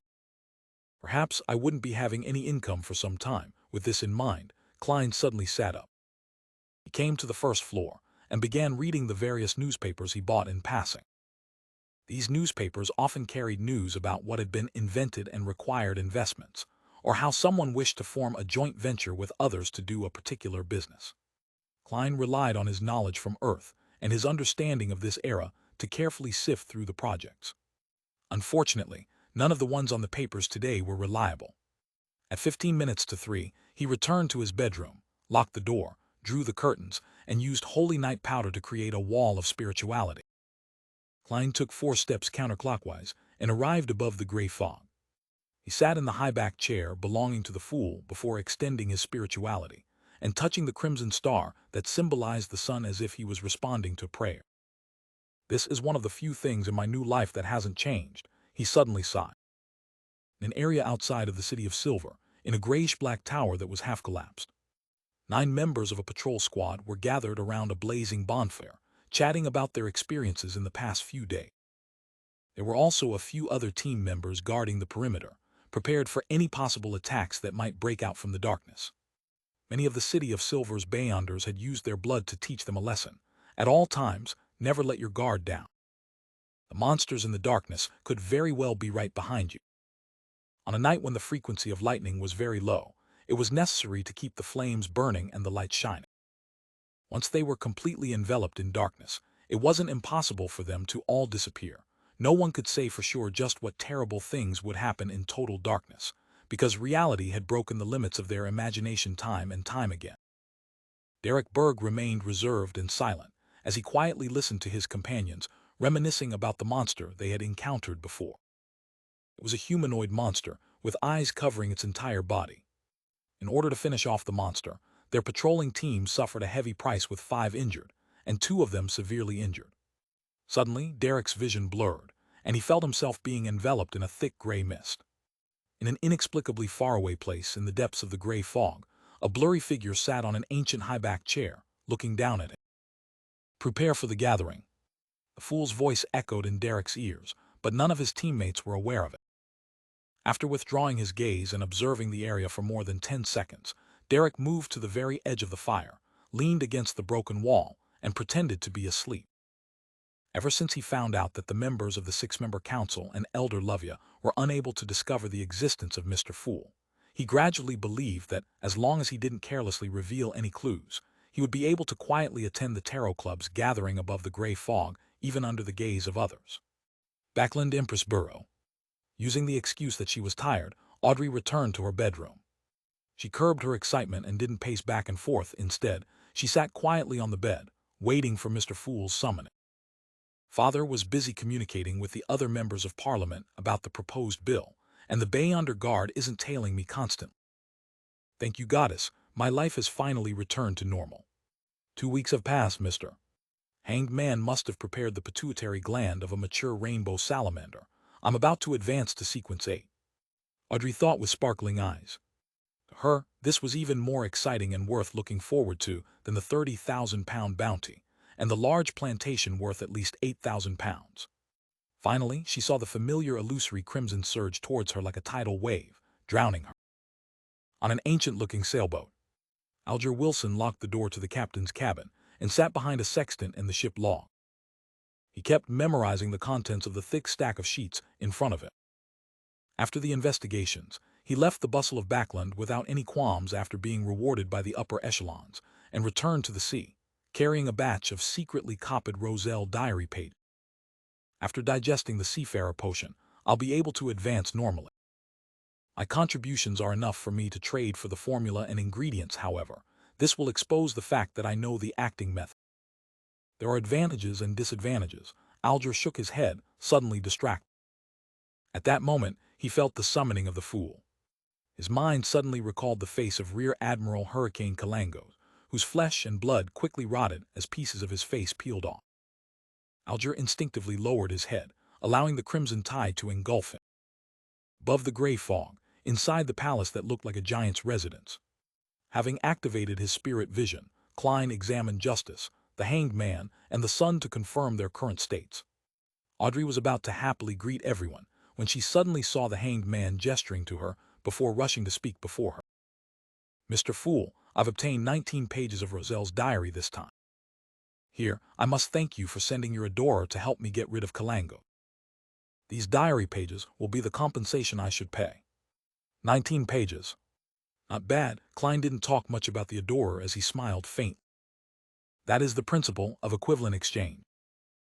As expected of Mr. Fool, a pirate admiral with a mystical item was nothing to him. From the looks of it, I don't have to mention my claiming of the bounty. I wonder how many high-sequence Bayunders Mr. Fool has as his adorers. Audrey had begun to use the word he, him, or his to refer to the fool without realizing. Upon hearing the fool's answer, Alger said humbly, "The limit of my current memory is 6 pages. Please allow me to give them to you over separate occasion." "No problem." Klein, who was surrounded by thick gray fog, nodded gently. The son Derek looked at the pages that appeared before the hanged man and was very curious about the contents of the diary. With his previous experiences, he believed that the items that Mr. Fool was interested in definitely contained many mysteries. He looked at Miss Justice, and when he saw that she didn't have the impulse to ask, he cautiously maintained his silence. Soon, the 6 pages of the diary were complete and came into Klein's hand. Audrey and the others began to wait quietly. They were already used to such things. Klein looked down and read the first page, 16th December. I managed to contact the pathetic fellow who's trapped in the storm and was lost in the darkness. Finally, there's a follow-up to one of the previous pages of the diary. Klein was delighted, and he became more focused. He called himself Mr. Door and tried to teach me a complicated and difficult ritual. He wanted me to help him return to the real world and promised to fulfill 3 of my requests. Does he think I'm stupid? I've lived for more than 60 years over my 2 lives. Does he think I can't tell that this is the usual manipulation done by evil gods and devils? But the history of the 4th epoch that he described was truly interesting.